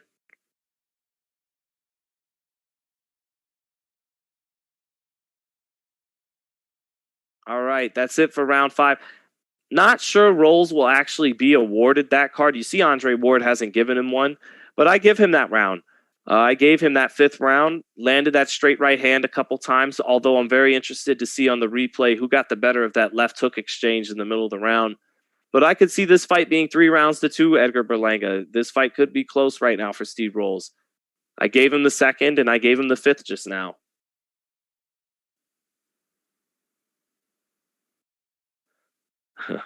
Berlanga has no bad. He's just stalking, trying to get a big right hand. Yeah. My friend, what's your thoughts on Radzab Butayev? I think Butayev has a really exciting fight in front of him with Stan Jonas. I think that fight could steal the show, April 16th. it's really him fighting a mirror. Him and Stanionis fight so similar. I think Stanionis is a slight favorite because he just looks like a little bit sharper guy, a little sharper, a little more explosive. But Butayev is built from the exact same cloth. Is an extremely tough guy. I was impressed with him against Jamal James. I think that's a 60-40 fight for Stanionis, but I wouldn't be surprised if Butayev wins that fight. But that's going to be a war on that co-feature on Spence Ugas. So back to round 6 now for Berlanga Rolls. Good body shots by Berlanga. Both go into the body in the center of the ring to start. Good jab by Rolls to the body. Rolls throwing a nice up jab from his hip right now. Almost got countered by an uppercut as he tried to step in with that right hand, though. Good jab by Berlanga. Rolls back with his jab. Rolls active with his jab to start round 6.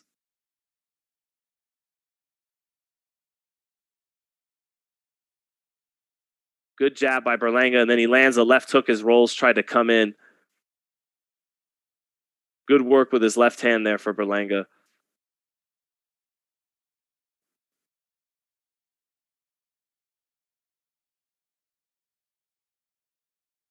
Berlanga just off with the right hand. And just off with a right uppercut from Rolls as he tried to come in. But good jab by Rolls. Knocked Berlanga's head back right through the center of his guard. Good right hand to the body for Berlanga. Nice clubbing right hook to the body there as he stepped in with it. Midway through the 6th, Berlanga winning this round. Because even when he doesn't land clean, it moves Rolls physically. It makes his body take a step to the side or take a step back in whichever direction he got hit.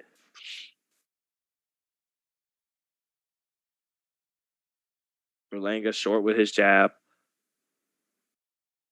And the Garden crowd has been stuck in their seats on their butts all fight. They haven't had anything to get out of their seats for tonight with Edgar Berlanga, who I do think is winning this fight, but it's just not been impressive tonight. Rolls shoots a right hand. Berlanga tries to time it with a right hand to the body.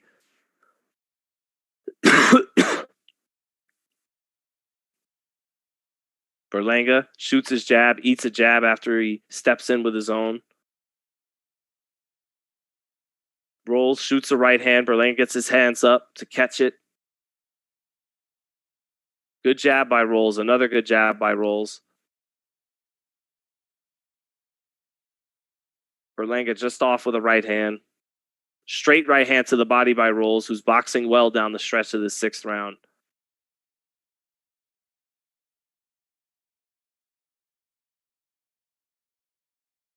Uneventful 6th round, uneventful fight right now. Just Rolls, frustrating. The young kid, that was a close 6th round.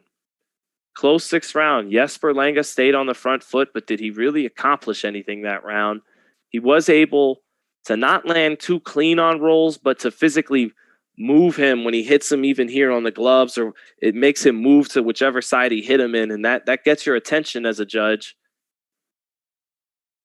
I have this 4 rounds to 2 for Edgar Berlanga through 6.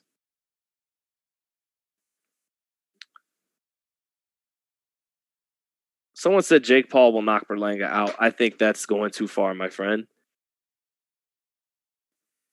Who would you like to see Berlanga fight? I don't know. He's got to get through this tonight, man. All right. Xander looked better tonight.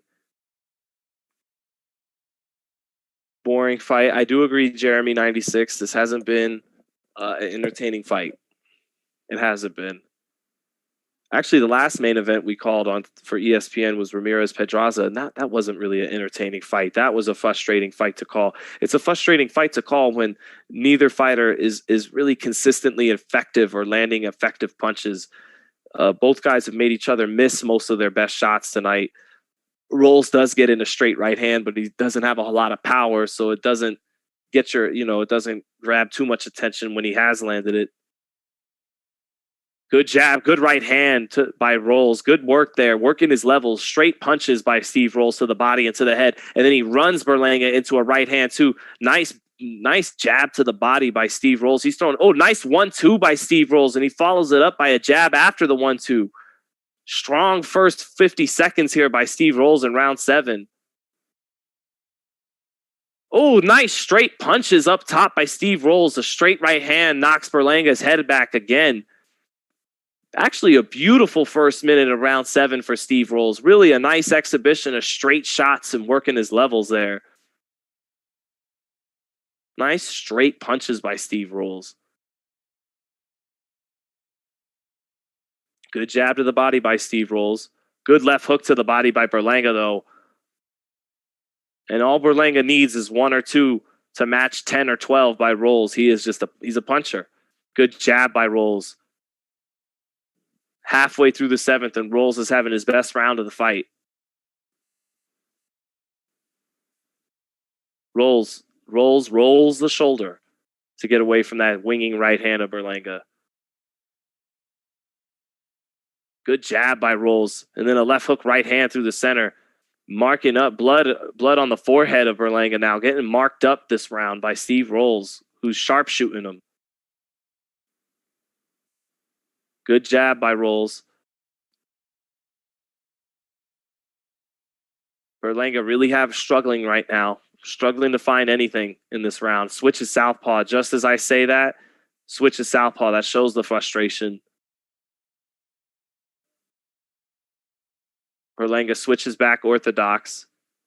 Lands his jab, but eats 2 jabs in a row by Rolls. Rolls shooting straight right hand to the body. Good jab. Blood coming from the nose a little bit of Berlanga. Now, this round is what Rolls has got to fight the rest of the fight just like he fought this round if he's going to have a chance at winning this fight. This is the perfect round for Steve Rolls. If he could fight the rest of the fight like this, maybe he pulls off the upset tonight.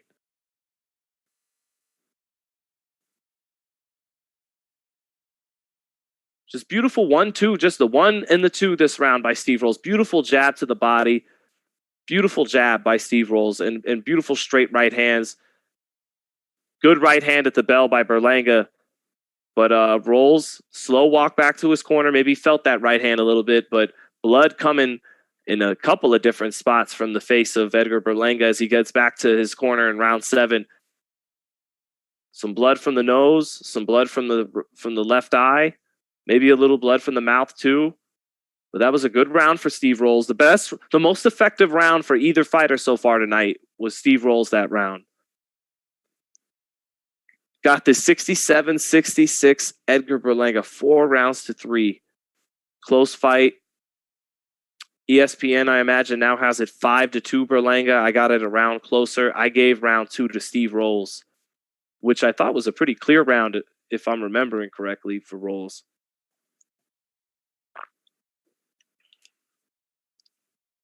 Someone said this is starting to feel like Cotto Trout. I remember that fight. Not a bad comparison. All right, round 8. Berlanga. At this fight, now this fight is turning into can he win? Just win this fight now, because the whole looking impressive thing went out the window a long number of rounds ago. But after what was a really sharp round 7, he's got to do something here to get this fight back in his way. Although I still have him up 4 rounds to 3. 30 seconds into the 8th. Rolls popping his jab, stepping over to his left. Good jab to the body and to the head by Rolls. Rolls has used his legs so much more effectively tonight than he did against Golovkin. It looks like he looked at the tape and he knew he needed to use his feet more.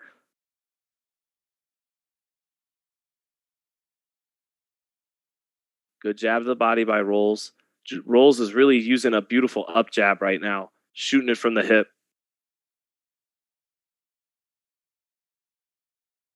Controlling distance on the outside, now boxing Berlanga with his jab in round 8 right now. Good right hand as Berlanga tried to jab with him. Rolls brought the right hand over the top of Berlanga's jab. Good double jab by Rolls. Body head. He is touching up Berlanga with that jab right now. There's a good jab for Berlanga. And he has the heavier hand, so his jab knocks Rolls' head back more than the other way around. But when you're getting outlanded 11-1, those 11 jabs will still win the round. Combination by Berlanga, but good defense by Rolls. Slips each shot. Little left hook to the body by Steve Rolls in the center of the ring after he misses a 1-2 over the top. Berlanga, hard right hand to the body by Berlanga. This is the tightrope act for Rolls. He's doing what he needs to do to win this fight. He's taking more chances, but as he does that, good straight right hand by Steve Rolls over Berlanga's left. Minute left in the round 8, and Rolls is having another good round. Good right hand to the body by Berlanga, though. That's the only shot he's found this round is his right hand to the body. Another jab by Rolls. Rolls putting on a jabbing clinic to the body and to the head. When they say work your levels with your jab, that is what Steve Rolls has been doing now.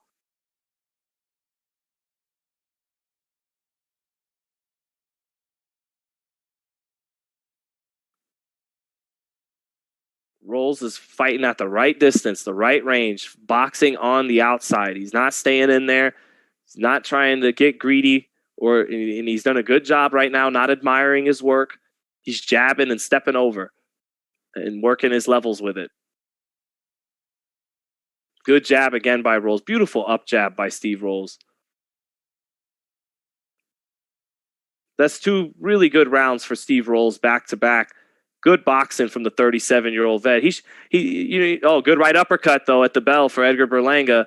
That's the risk Rolls takes firing that right hand to actually win the fight. He could walk into something, but he's got to do a real good balance of taking chances to actually win the fight, but not taking too many. But he won the 7th and the 8th, and I got this fight even now. I got this fight 4 rounds to 4. I've given Rolls the 7th and the 8th, and I gave Rolls the 2nd, and I gave Rolls, I believe, the 5th round. The 4th round. I gave him the 4th round. No, I gave him the 5th. I gave Rolls rounds 2, 5, 7, and 8. 5 was close, but I definitely think he's won 2, 7, and 8. So I got this one all even heading into these last 2 rounds. 76-76.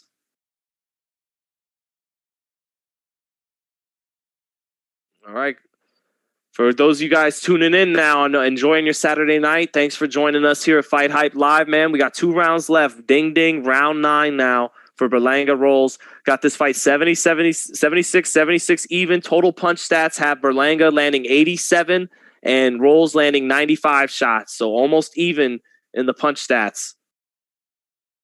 Berlanga coming out aggressive here. Trying to come out with a little more intent and steam on his front foot.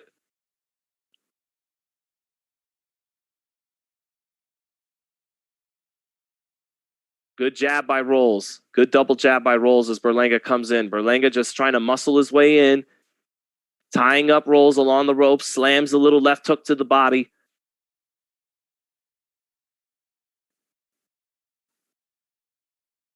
Berlanga and Rolls both hitting. Berlanga looking up at the clock in round 9, trying to see how much time's left in round 9 as both guys were in the clinch, punching with their free hand to the body. Good left hook by Berlanga. Shot the right uppercut in. Forced Rolls to fight in the phone booth, and that's not where Rolls wants to be. Rolls does not want to stay inside. He's done a great job with his jab and his straight right hand on the outside. Good jab by Rolls. Almost halfway through this 9th round, and I think Berlanga with that left hook on the top of the head might be a little ahead. Almost landed a right uppercut as Rolls came in. Good jab by Rolls. He ties up Berlanga, gets him back to the center of the ring. Halfway through the 9th.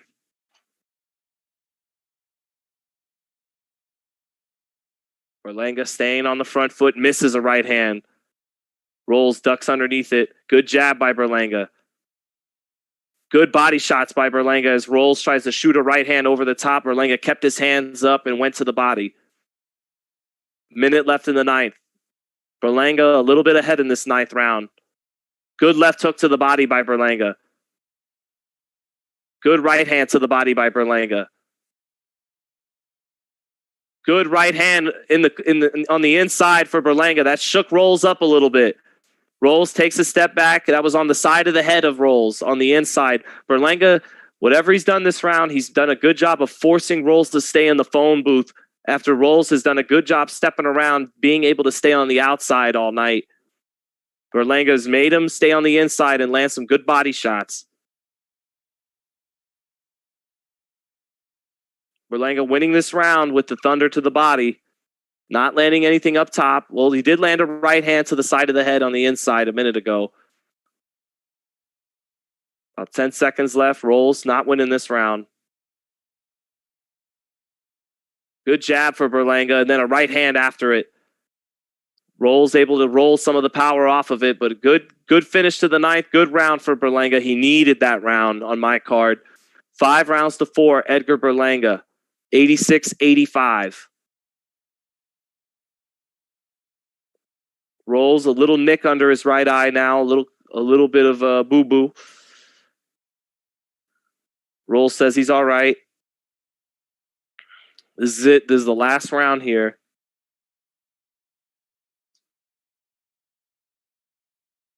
Definitely got this 5 rounds to 4 for Berlanga now.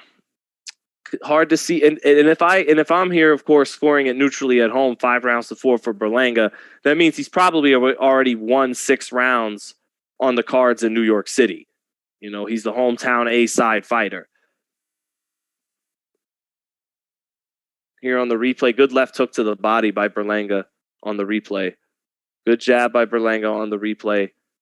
And a right hand, but Rolls not really getting hit flush with it. Moving backwards as he gets hit with it, taking the steam off.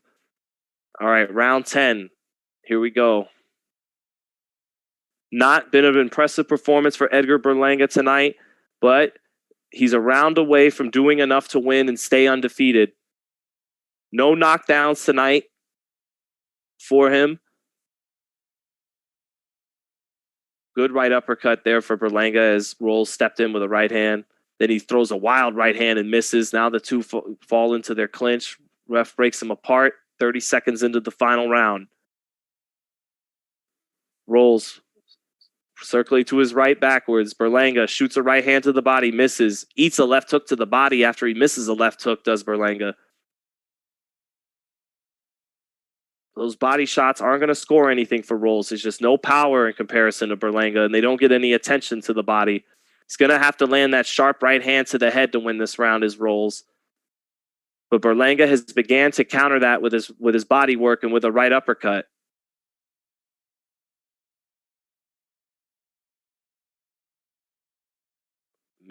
Oh, good right hand for Rolls. Shot it over the jab of Berlanga, but Berlanga took it no problem, stays on top of him.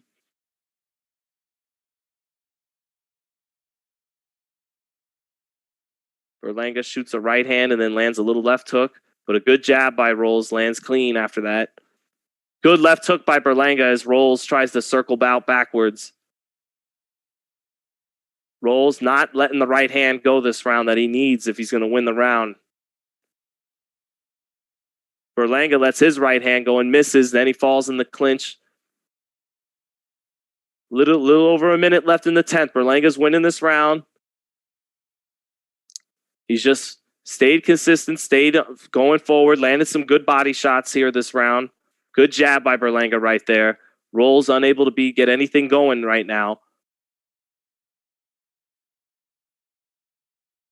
Berlanga good right hand, left hand combination by Steve Rolls as Berlanga came in, but not a lot of sting on that shot, not full extension.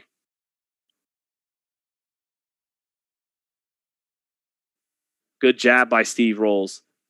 Another good jab by Steve Rolls. A little over 30 seconds left. I don't know if those jabs will score enough for him with the judges fighting off the back foot. Good jab for Berlanga. Knocks the sweat off Rolls' head.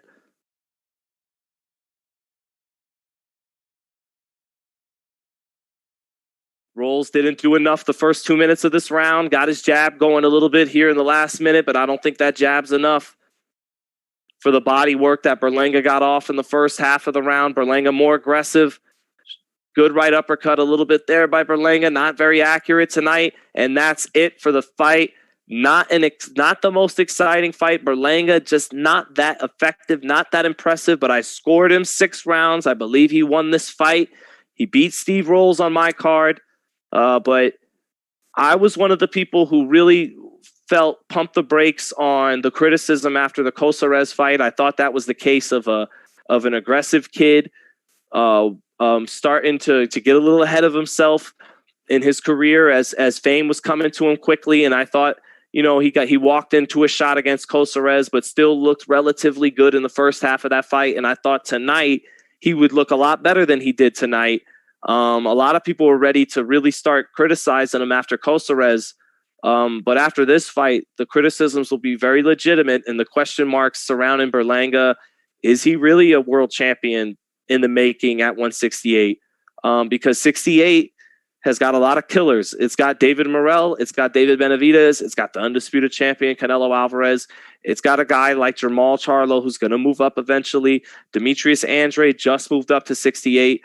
168 is a strong division, and so we'll see. But let's see what we get from the judges in this fight. I do think Berlanga definitely did enough to win this fight. Just wasn't impressive. Let's see.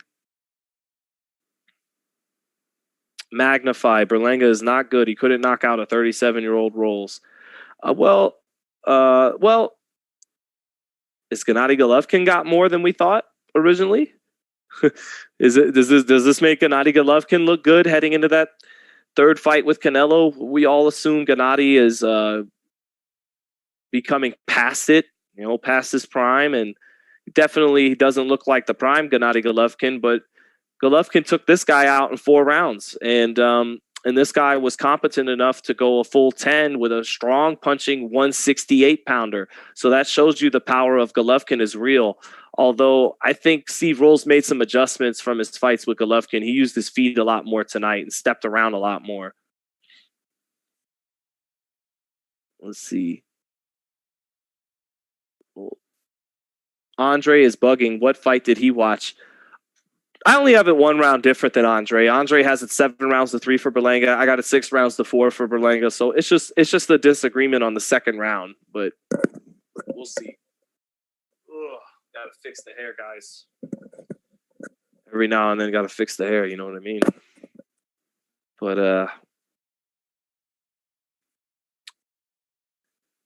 let's see. Berlanga won't last with good fighters. Well, I don't want to say all that yet, but six rounds to 4 against Steve Rolls is not an A, and it's not a B on his report card tonight.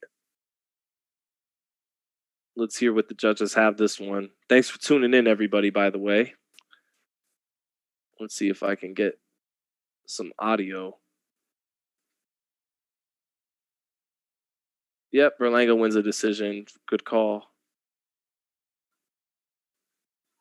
Yep. Winner by unanimous decision. Now 19-0 with 16 knockouts. Edgar the Monster. The Monster. Forget about it. Berlanga didn't look like a monster tonight. Just so much still to work on. Just really had problems cutting off the ring, getting his jab going, finding his range. So much to work on now that he's fighting better competition. But he remains undefeated, man, and I don't write him off yet. He's not a baby at 24, but he's still young and still getting better. Still does punch hard. Just wasn't able to. You weren't able to see him punch hard tonight because he practically landed nothing. He practically landed nothing up top. His best shots were to the body. So yeah, just probably a D+, C- kind of performance for Edgar Berlanga, but he did do enough to win. I don't want to hear anybody saying he got a gift tonight or anything like that. He definitely won the fight. So 6-4. Data Ender said commentary trash, commentary bias.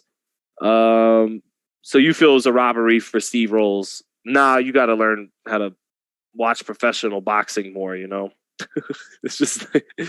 I know what you're seeing. You want to score it you just want to score punches landed and forget about ring generalship. And I understand what fight you're seeing, but he's still the fighter who's getting hurt more, even though Berlanga's hurting him to the body more than Rolls is hurting him with his straight clean punches up top at times. And then, hold on, I'm just hearing what Berlanga's saying. And then, for example, in that 9th round, they're there on the inside, and Berlanga lands a clubbing right hand to the side of Rolls' head. That's not a pretty shot, like Rolls' straight right hand that's landing right on the money, but it made Rolls physically react more. It moved him to the side and made him jiggle a little bit. And no matter how clean he landed on Berlanga, he wasn't able to physically, really get a reaction from him. So, hey, what was your name? Data Ender. If Rolls had fought the whole fight like he fought round 7 and 8, he'd have easily won the fight. But if you're going to keep stepping in with those right hands, Berlanga in the last 2 rounds made a little bit of an adjustment. He began to put his hands up and shoot a right uppercut as Rolls shot the right hand. And so Rolls in the 10th round didn't really shoot the right hand because of that adjustment. And you saw him only let his jab go. And that wasn't enough to get him the 10th round. So he loses the fight, but he did box well. I thought he won 4 out of 10 rounds. I thought he won, 90 or lost 96-94. I didn't score it as wide as ESPN or some of the judges, but Berlanga won that fight. No way. You sound like Ashton Kutcher. I've heard I look like him as well. So thank you for that. Can I get my man? Can I get the no, I cannot. Okay. I am so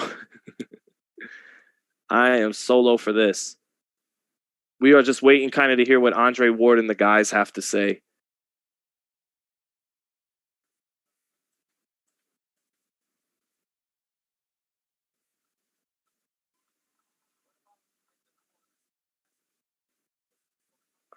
Hearing what Egger says right now.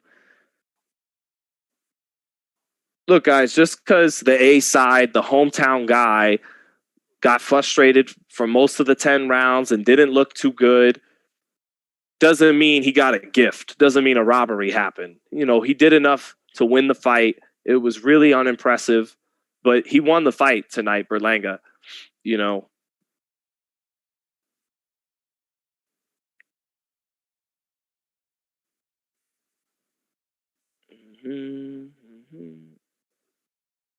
Talking about how bad Berlanga was fighting in more rounds. If Rolls was Mayweather, he would have won. Rolls.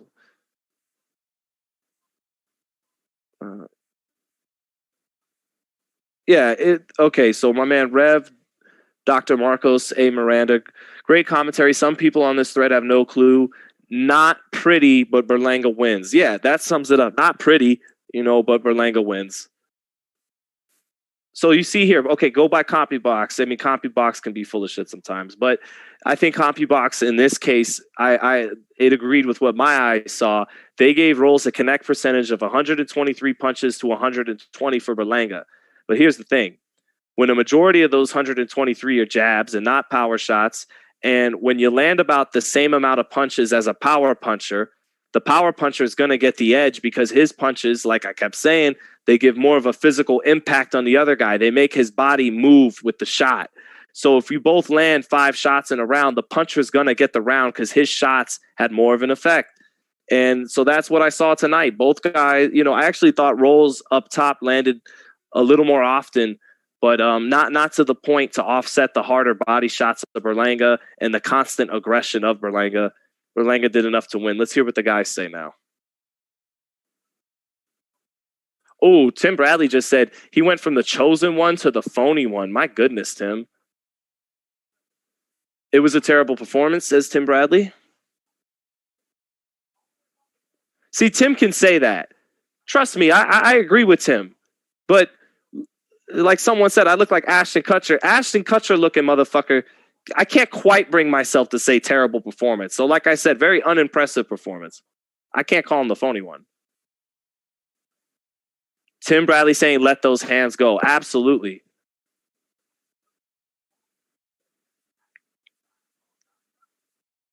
I didn't see a guy who likes to bang and come forward. Saw a guy trying to be too cute. Well, Tim, as always, tell us how you really feel. Let's hear what Dre says.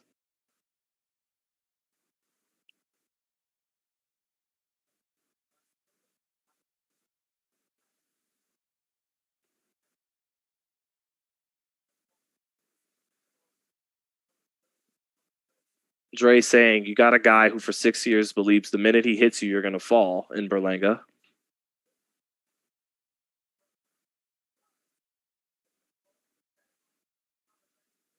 So now you're trying to undo that. Right. Because if you stay in that mentality, this is me saying it, not Dre, then you stay looking for one shot. And that's not going to, unless you're Deontay Wilder in the heavyweight division, you're 6'8", 6'7", that's not going to work.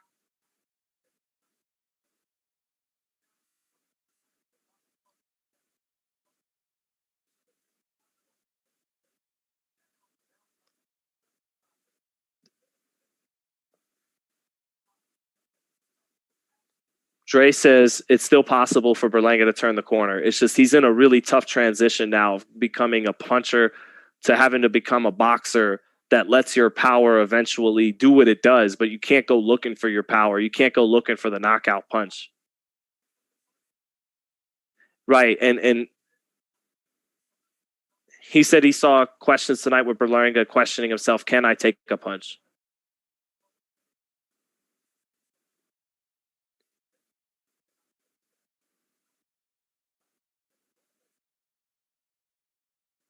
That's what I saw. Dre saying he doesn't want to make a mistake. You saw tonight he doesn't want to make a mistake and get caught, because when you're getting a bunch of first round, and this is me now, when you're getting a bunch of first round knockouts, you're not getting hit. So this whole getting punched in a professional fight thing, is a new experience for Edgar Berlanga the last 2 or 3 fights. And it's made him a little more hesitant and cautious letting his hands go on offense. And that's something he's going to have to get used to now going forward.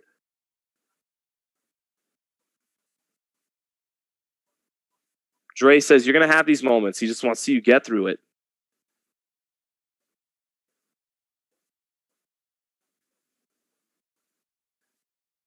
We expect him to be spectacular, and he flat out wasn't. So there's a lot to work on. I love Tim Bradley and Andre Ward. They're the best. I'll be a little closer on Dre's side on this one, where it's like, you're right, Tim. Totally not impressive, all that. But I'm not writing this kid off or nothing. And Tim didn't say he's writing him off either. It's just Tim's sticking on his note of that was bad. Here's Mark Kriegel now.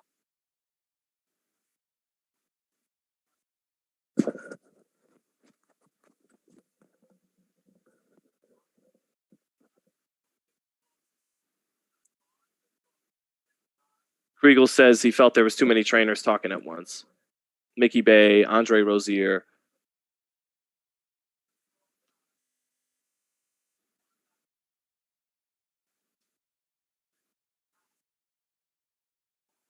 Kriegel said he saw a guy unimaginative, less than his talent, following a guy around.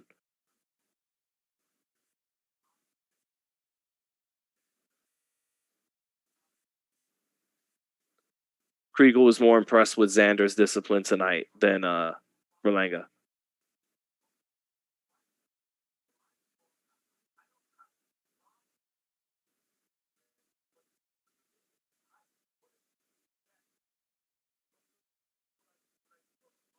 Kriegel's problem isn't with the streak that happened.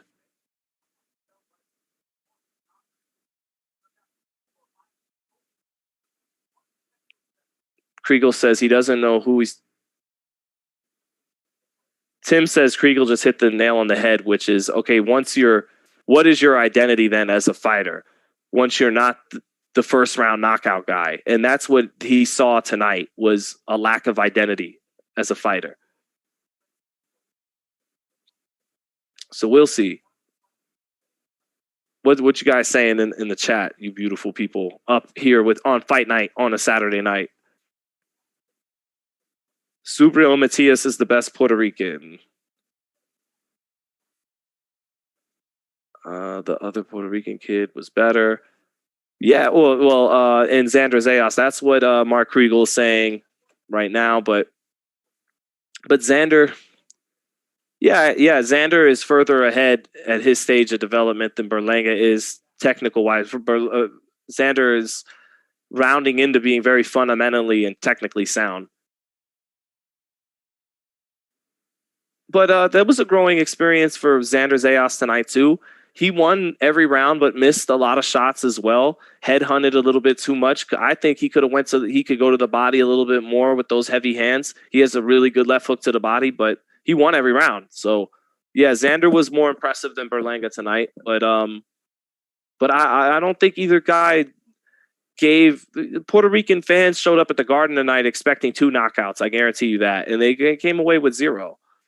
But both guys keep their O. Well, Xander was dominant.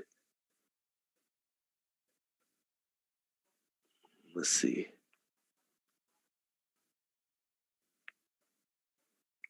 Oh, it's just one fight.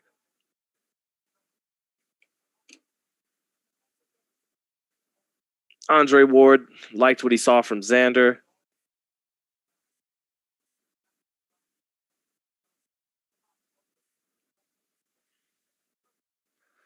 So yeah, we're just closing out alongside ESPN here right now, letting Dre and the guys finish their State of the Boxing show.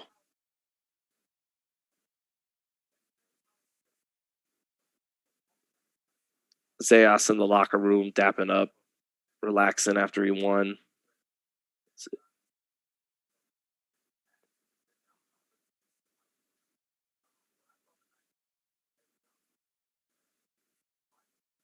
Bradley says he saw a young seasoned fighter in Xander Zayas tonight.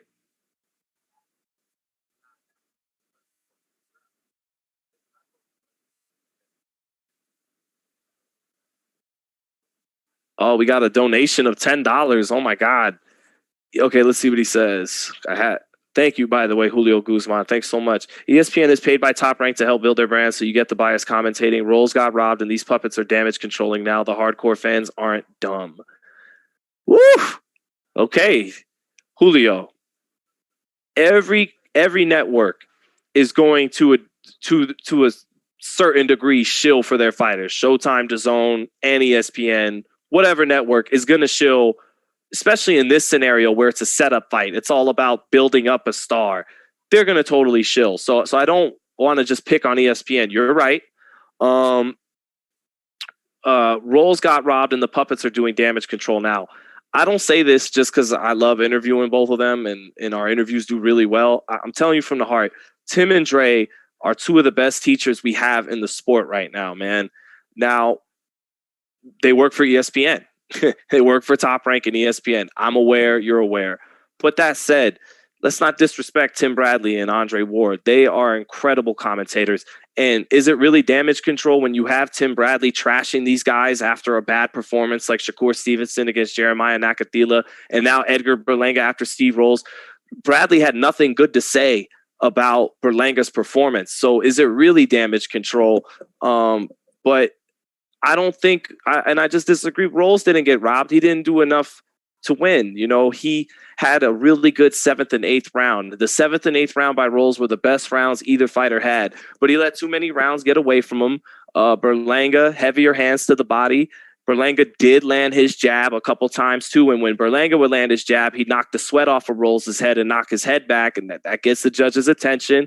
And in the close round, the aggressor gets the benefit of the doubt. That's just the reality of scoring most fights. And Berlanga did enough. And then in the 10th round, in the 9th round, Rolls, because in the 7th and the 8th, he started to take control. In the 9th round, when he would shoot that right hand over the top that kept landing down the middle, Berlanga started to keep his hands up and would start to shoot an uppercut, sometimes to the body, sometimes to the head. And he started to time Rolls with it there in the 9th. And then in the 10th, that made Rolls not really let the right hand go, only the jab. So the 10th totally got away from Steve Rolls, and the fight got away from him in that round too. So that's how I'd address your awesome $10 comment. Thank you, Julio Guzman. I would just say you're not, like, a lot of what you're saying isn't wrong. These networks are always going to be paid. They will do damage control a lot of the time. But I just think Tim Bradley and Andre Ward are probably the 2 best commentators we got in boxing in terms of the X's and O's, explaining to you what's happening, predicting what each fighter is going to do before the fight, round to round. They're excellent, but I'm not going to say you're wrong about biases happening from commentary, each commentator on the networks with an A-side fighter. I probably said way too much because, like you said, the hardcore fans aren't dumb at all. We're a little cynical because of all the bullshit in the sport, but not dumb. So now we're looking at Artur Beterbiev versus Joe Smith. You got to favor Beterbiev in this fight. He's just a better fighter than Joe Smith, but he did show a chin, a little suspect with his chin. Me and my man Ben Thompson, the great owner of FightHype, we were actually there in Chicago, I believe. He was with me when he fought Callum Johnson and got dropped. Yep, he was. And so we've seen Artur Beterbiev go down against lesser fighters than Joe Smith, who's got cement in his hands. And then Joe Smith in that last fight, he actually boxed a little bit. He stepped around a little bit and worked on his boxing, and that is something he'll need to do a little bit against Artur Beterbiev. Joe Smith is never going to be a great boxer, but stepping around a right hand here and there and walking Beterbiev into a right hand here or there could win him the fight. So Joe Smith is a live dog, but you got to favor Artur Beterbiev. He's just a much better amateur background and overall a better fighter. But I've seen Artur Beterbiev go down against lesser guys than Joe Smith. We'll see. Here's the beautiful thing for Canelo Alvarez is like he could just beat either guy that wins that fight easily and become undisputed champion again. And that is what he's going to do.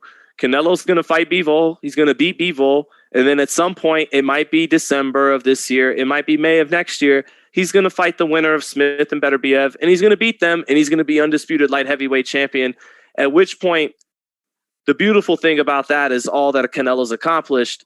But the bad part is the two sexiest fights, in my opinion, and a lot of people's opinion, Charlo and Benavidez, he could really tell them to fuck off now because he's undisputed in two divisions. He has every belt there is to win in those weight classes.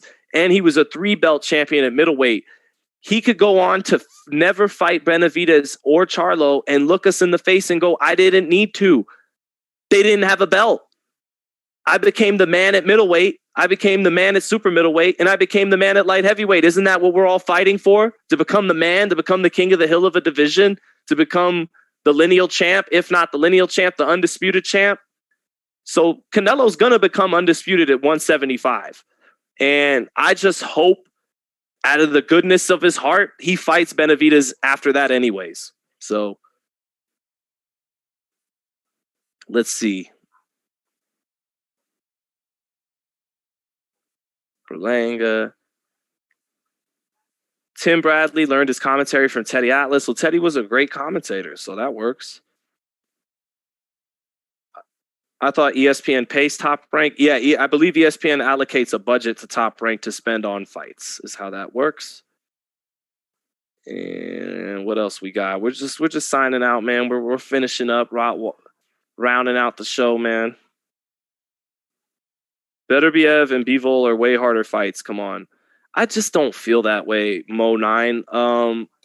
Yeah, they're at light heavyweight, so on paper they're naturally bigger guys. I just don't think there's anything dynamic about Bivol or Beterbiev. They're just both very fundamentally sound, strong fighters. I don't think that gives Canelo any issues. I think Charlo is a wild card with his talent. I think there's a chance under the bright lights he can show up in that level. I went back and watched his fight with the Derevianchenko because the Mike Tyson podcast and everybody was laughing at Jamal not really wanting to fight David Benavidez. So I went back and I watched his fight. And because Bernard Hopkins said he felt Jamal Charlo's the toughest fight out there for Canelo. So I went back and I watched the Derevianchenko fight. I said, let me watch this fight against his best opponent to date and let's see how he looked. And watch that fight. He showed a lot in that fight. He showed defense, offense, speed, power, a jab. He could counter. He showed the ability to be first with the jab and to create offense off the jab, hook off the jab. And then he showed an ability to counterpunch as well. So he's the big guy. He's a big guy. He's going to move up to 68 and be a solid super middleweight, no problem. I just think Charlo's a more dynamic style and athlete than Bivol and Beterbiev. And then Benavidez versus Canelo's the best fight in boxing as far as I'm concerned. That's just the war. Benavidez, just these three attributes alone, and the sweet science gets a lot more nuanced than this, but just the three attributes alone of being having great size, great hand speed, and great punching power. Those three attributes alone make Benavidez very formidable for even Canelo. So I just think Bivol and Beterbiev, no special effects. You know, they're both very technically sound. Bivol has a better jab. He's a little busier than Beterbiev. Beterbiev stronger, punches harder than Bivol. But I just think neither guy has the speed or the athleticism or anything outside of really, really sound fundamentals to give Canelo problems. I think Charlo, he can counterpunch. He has a long jab. He's athletic. He has some defense, some shiftiness. You know, he's a more dynamic talent than those guys, even if he's 15 pounds lighter right now. So let's see. Julio Guzman again. Julio must make that big money because he's not afraid to drop $10 in the chat. Thank you, Julio. Thank you, brother. Charlo, Benavidez, Andrade need to fight each other and build their resumes to earn a fight with Canelo. If Canelo becomes 175 undisputed, I can see Gilberto Ramirez fight before any of these guys. Not bad by Julio. You're right. I'm not even thinking about this. Gilberto Ramirez fights on DAZN, doesn't he? Undefeated. Mexican fighter. Good fighter. Very good fighter. Undefeated light heavyweight. Already fights on DAZN. You're right. Maybe he gets a fight with Canelo after Canelo cleans out 75. I didn't even think about that. But you're right. Charlo, Benavidez, Andrade need to fight each other. You're right. They need to fight each other. I saw a tweet that said Beterbiev versus Joe Smith is what Canelo's talking about when he says, you guys do something in the meantime. That's what he means. He doesn't mean Charlo Selecki, and he doesn't mean Benavidez Lemieux. He means Charlo Benavidez, not Charlo fighting some guy and Benavidez fighting some guy. He means, no, you two, each other. Really, on the PBC side, between Charlo, Plant, and Benavidez, some mix of those three absolutely needs to happen in 2022. Some mix of the three needs to happen. And then for Andrade, Andrade has talked about, there's talks of him and Benavidez, but how realistic is that really? I mean, those sides coming together for a fight, how'd that go over with Charlo and Munguia? I mean, it didn't, yeah. Andrade's kind of funny that he's the ducked guy, but then the minute he gets a really tough mandatory in Janibek, he moves up and doesn't fight his mandatory. So, but Andrade's in a tough spot, man. He never winds up getting Golovkin. He never got that fight on DAZN. Golovkin, his game plan worked. He treaded water. He didn't lose another fight until he secured a third Canelo fight, and he got it. Andrade's in tough luck right now. But the other guys you mentioned, Charlo and Benavidez, I would love to see them fight each other. But a very fair consolation prize is one of them fighting and beating Plant. I think I'm hopeful that would still be enough. Charlo or Benavidez beating Plant would be enough to get a fight with Canelo. But really, I think them fighting each other, the winner would for sure entice Canelo. But that fight is such a great fight on its own. Even if they never wind up getting Canelo, just Charlo versus Benavidez is a legacy fight for those two guys. Let's see here.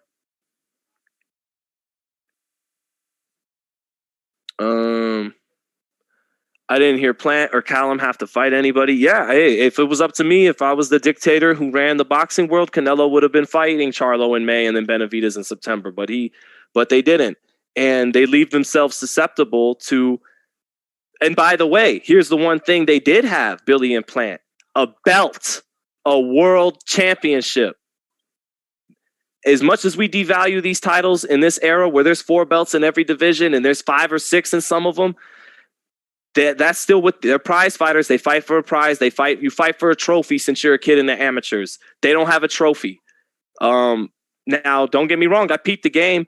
The minute Benavidez got stripped of the WBC, Canelo raised his hand and said, I want to be undisputed. The word undisputed didn't come out of his mouth until Benavidez got stripped. I noticed that. But that being said, Charlo, they do it. Canelo's right. On paper, in terms of winning a world title, they offer nothing. And Billy Joe Saunders was the undefeated WBO champion, and Caleb Plant was the undefeated IBF champion. Maul has a WBC middleweight belt. Canelo won that belt twice already. David doesn't have a belt.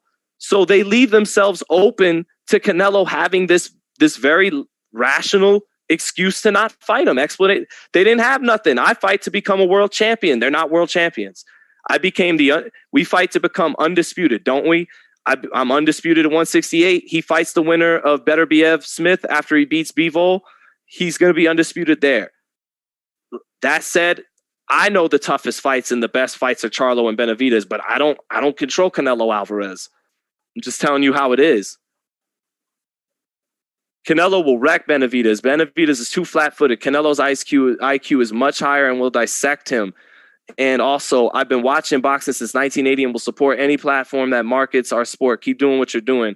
Julio, thank you so much, man, for your support. You obviously really know your boxing.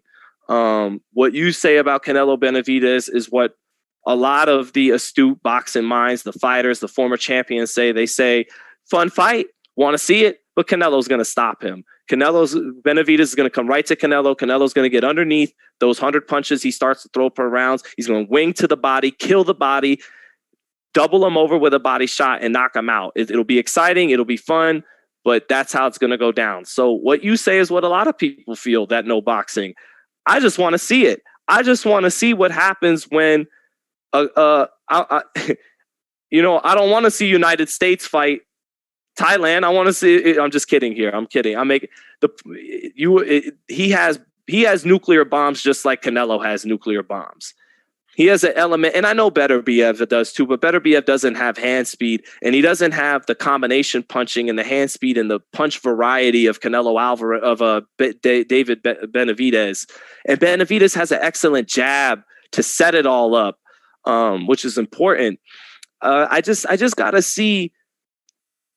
I think the kind of exchanges between the speed and the power Canelo and Benavidez have and the offensive proficiency they both have, it'll almost be like Morales Barrera at 168 pounds.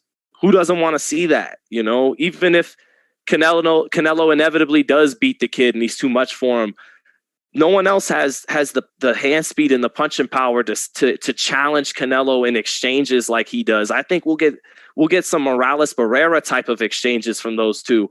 That fight will be incredible. So, but thank you, Julio Guzman. Julio, you really are the man for donating tonight to the chat, brother. We love you for that. Thank you for joining, man. And watching boxing since 1980, I'm a little jealous that you got to see some of the great fights you got to see. I wasn't around for just yet, or I was still too young to really watch. My first big fight I really remember watching was Trinidad Hopkins. In terms of watching it and really kind of getting what's going on, I'd seen Tyson on the TV before, but didn't know what I was watching.